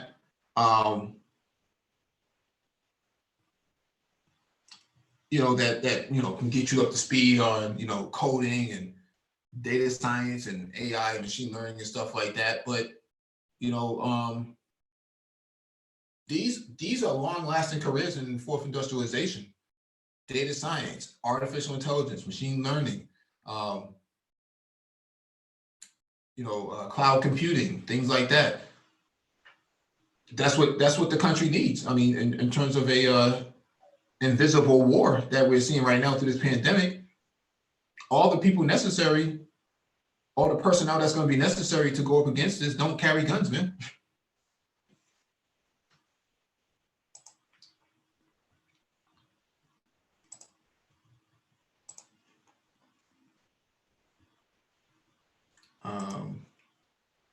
What is this? Oh, this is good. Let me move on to the next item on the docket. Keep it techie says, peace fellas, Mike V, have you saw the folding from home project? Yeah, I followed that for years. I used to contribute my cycles to that, but I don't do that anymore. It does eat up a lot of electricity.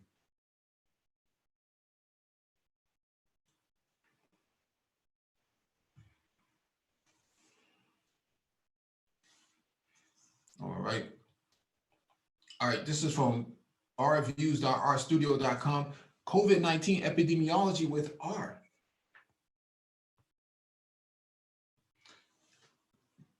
As I write on this 4th March 2020, the world is on the cusp of a global COVID-19 pandemic caused by the SARS-CoV-2 virus.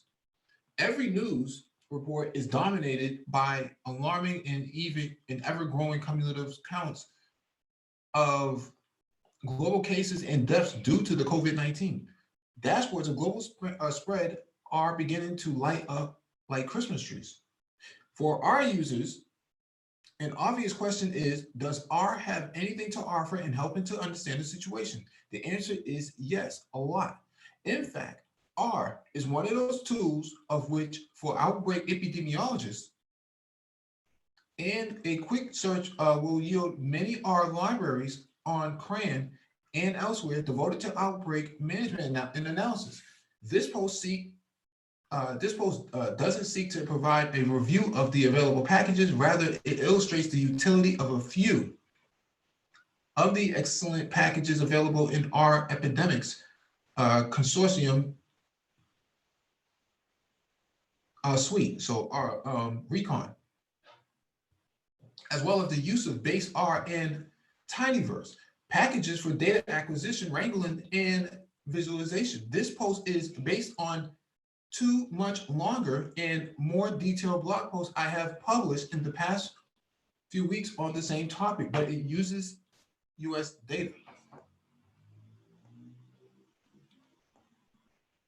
So I'm not going to go into all of this. I'm just kind of highlighting the fact of the utility of R in data science. And so this, yeah, let me read Engineering Cannabis's last comment. Again, there are free courses on Harvard website on R, Python, and data science. The only drawback, if you want a cert of, on the subject, you will need to pay. Yeah, yeah, that comes with what I was saying.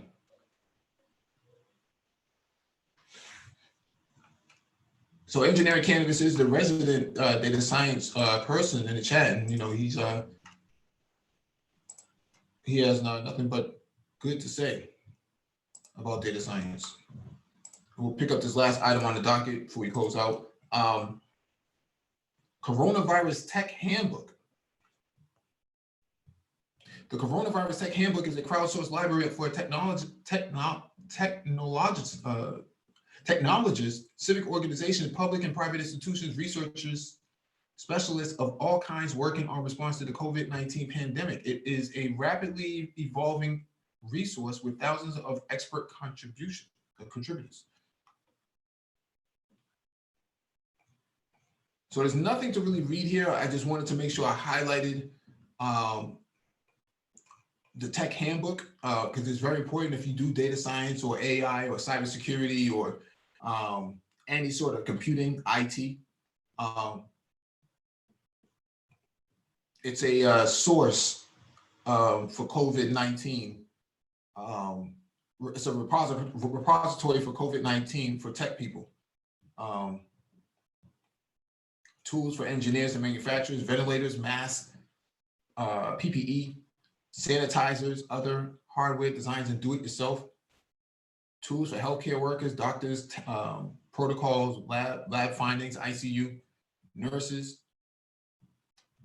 cares and care homes, hospitals, discount for healthcare workers. I think that's pretty dope. Tools for charities and civil society, tools for local government. Okay, you're a local town in the middle of nowhere in Arkansas somewhere. These sort of sites is what's going to help you out in the long run, especially with a very short IT staff.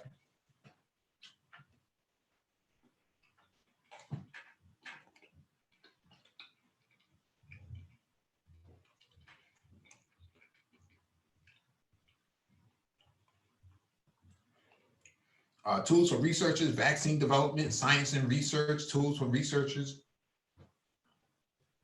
funding for research, studies currently recruiting. So let's click on that. I wonder what they have here.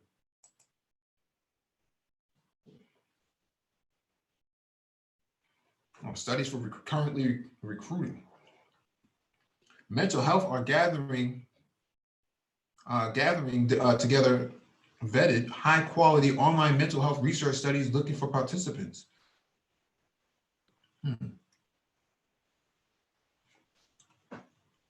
Thought they were going to have something on COVID.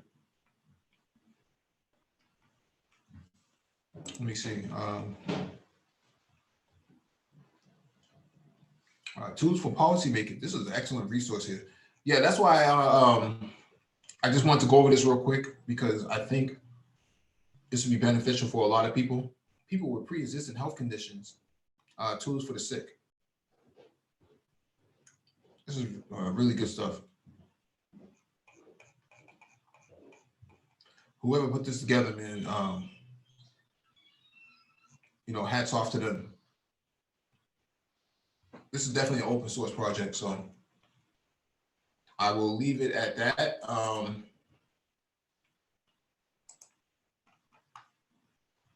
I don't know if anybody else has anything they want to add to this before we close out.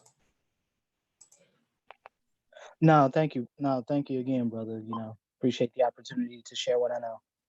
Yeah, absolutely, no problem, man. Definitely appreciate having you on as usual. Your insight is definitely beneficial to us, and greatly appreciated. So yeah, I mean, just give my closing thoughts real quick. Pandemic industrialization, we're already here. There's nothing we can do about it other than contribute to the growing need for innovation. We talk about innovation all the time. Complex conversations is what drives innovation. So the more complex the conversation is, the more you're going to get things like this. Something that probably cost this guy $10 to make. Probably even less than that, is what drives, this society. And unfortunately, we had people say that this was a hoax and this is a joke. So now we are where we are. You know, it's up to everybody else to have a hands-on approach to this, how you go about this. Me personally, I'm an IT person, I'm a cybersecurity person, and I have a vested interest in this as well. I do work in big pharma, so we actively monitor these type of counterfeit drugs that are being sold to a lot of melanated people on the continent and in Latin America and the Caribbean. You know, powdered sugar being sold as COVID-19, you know, counter drugs and stuff like that. They're really just counterfeit medicine. So we have to keep track of this type of stuff.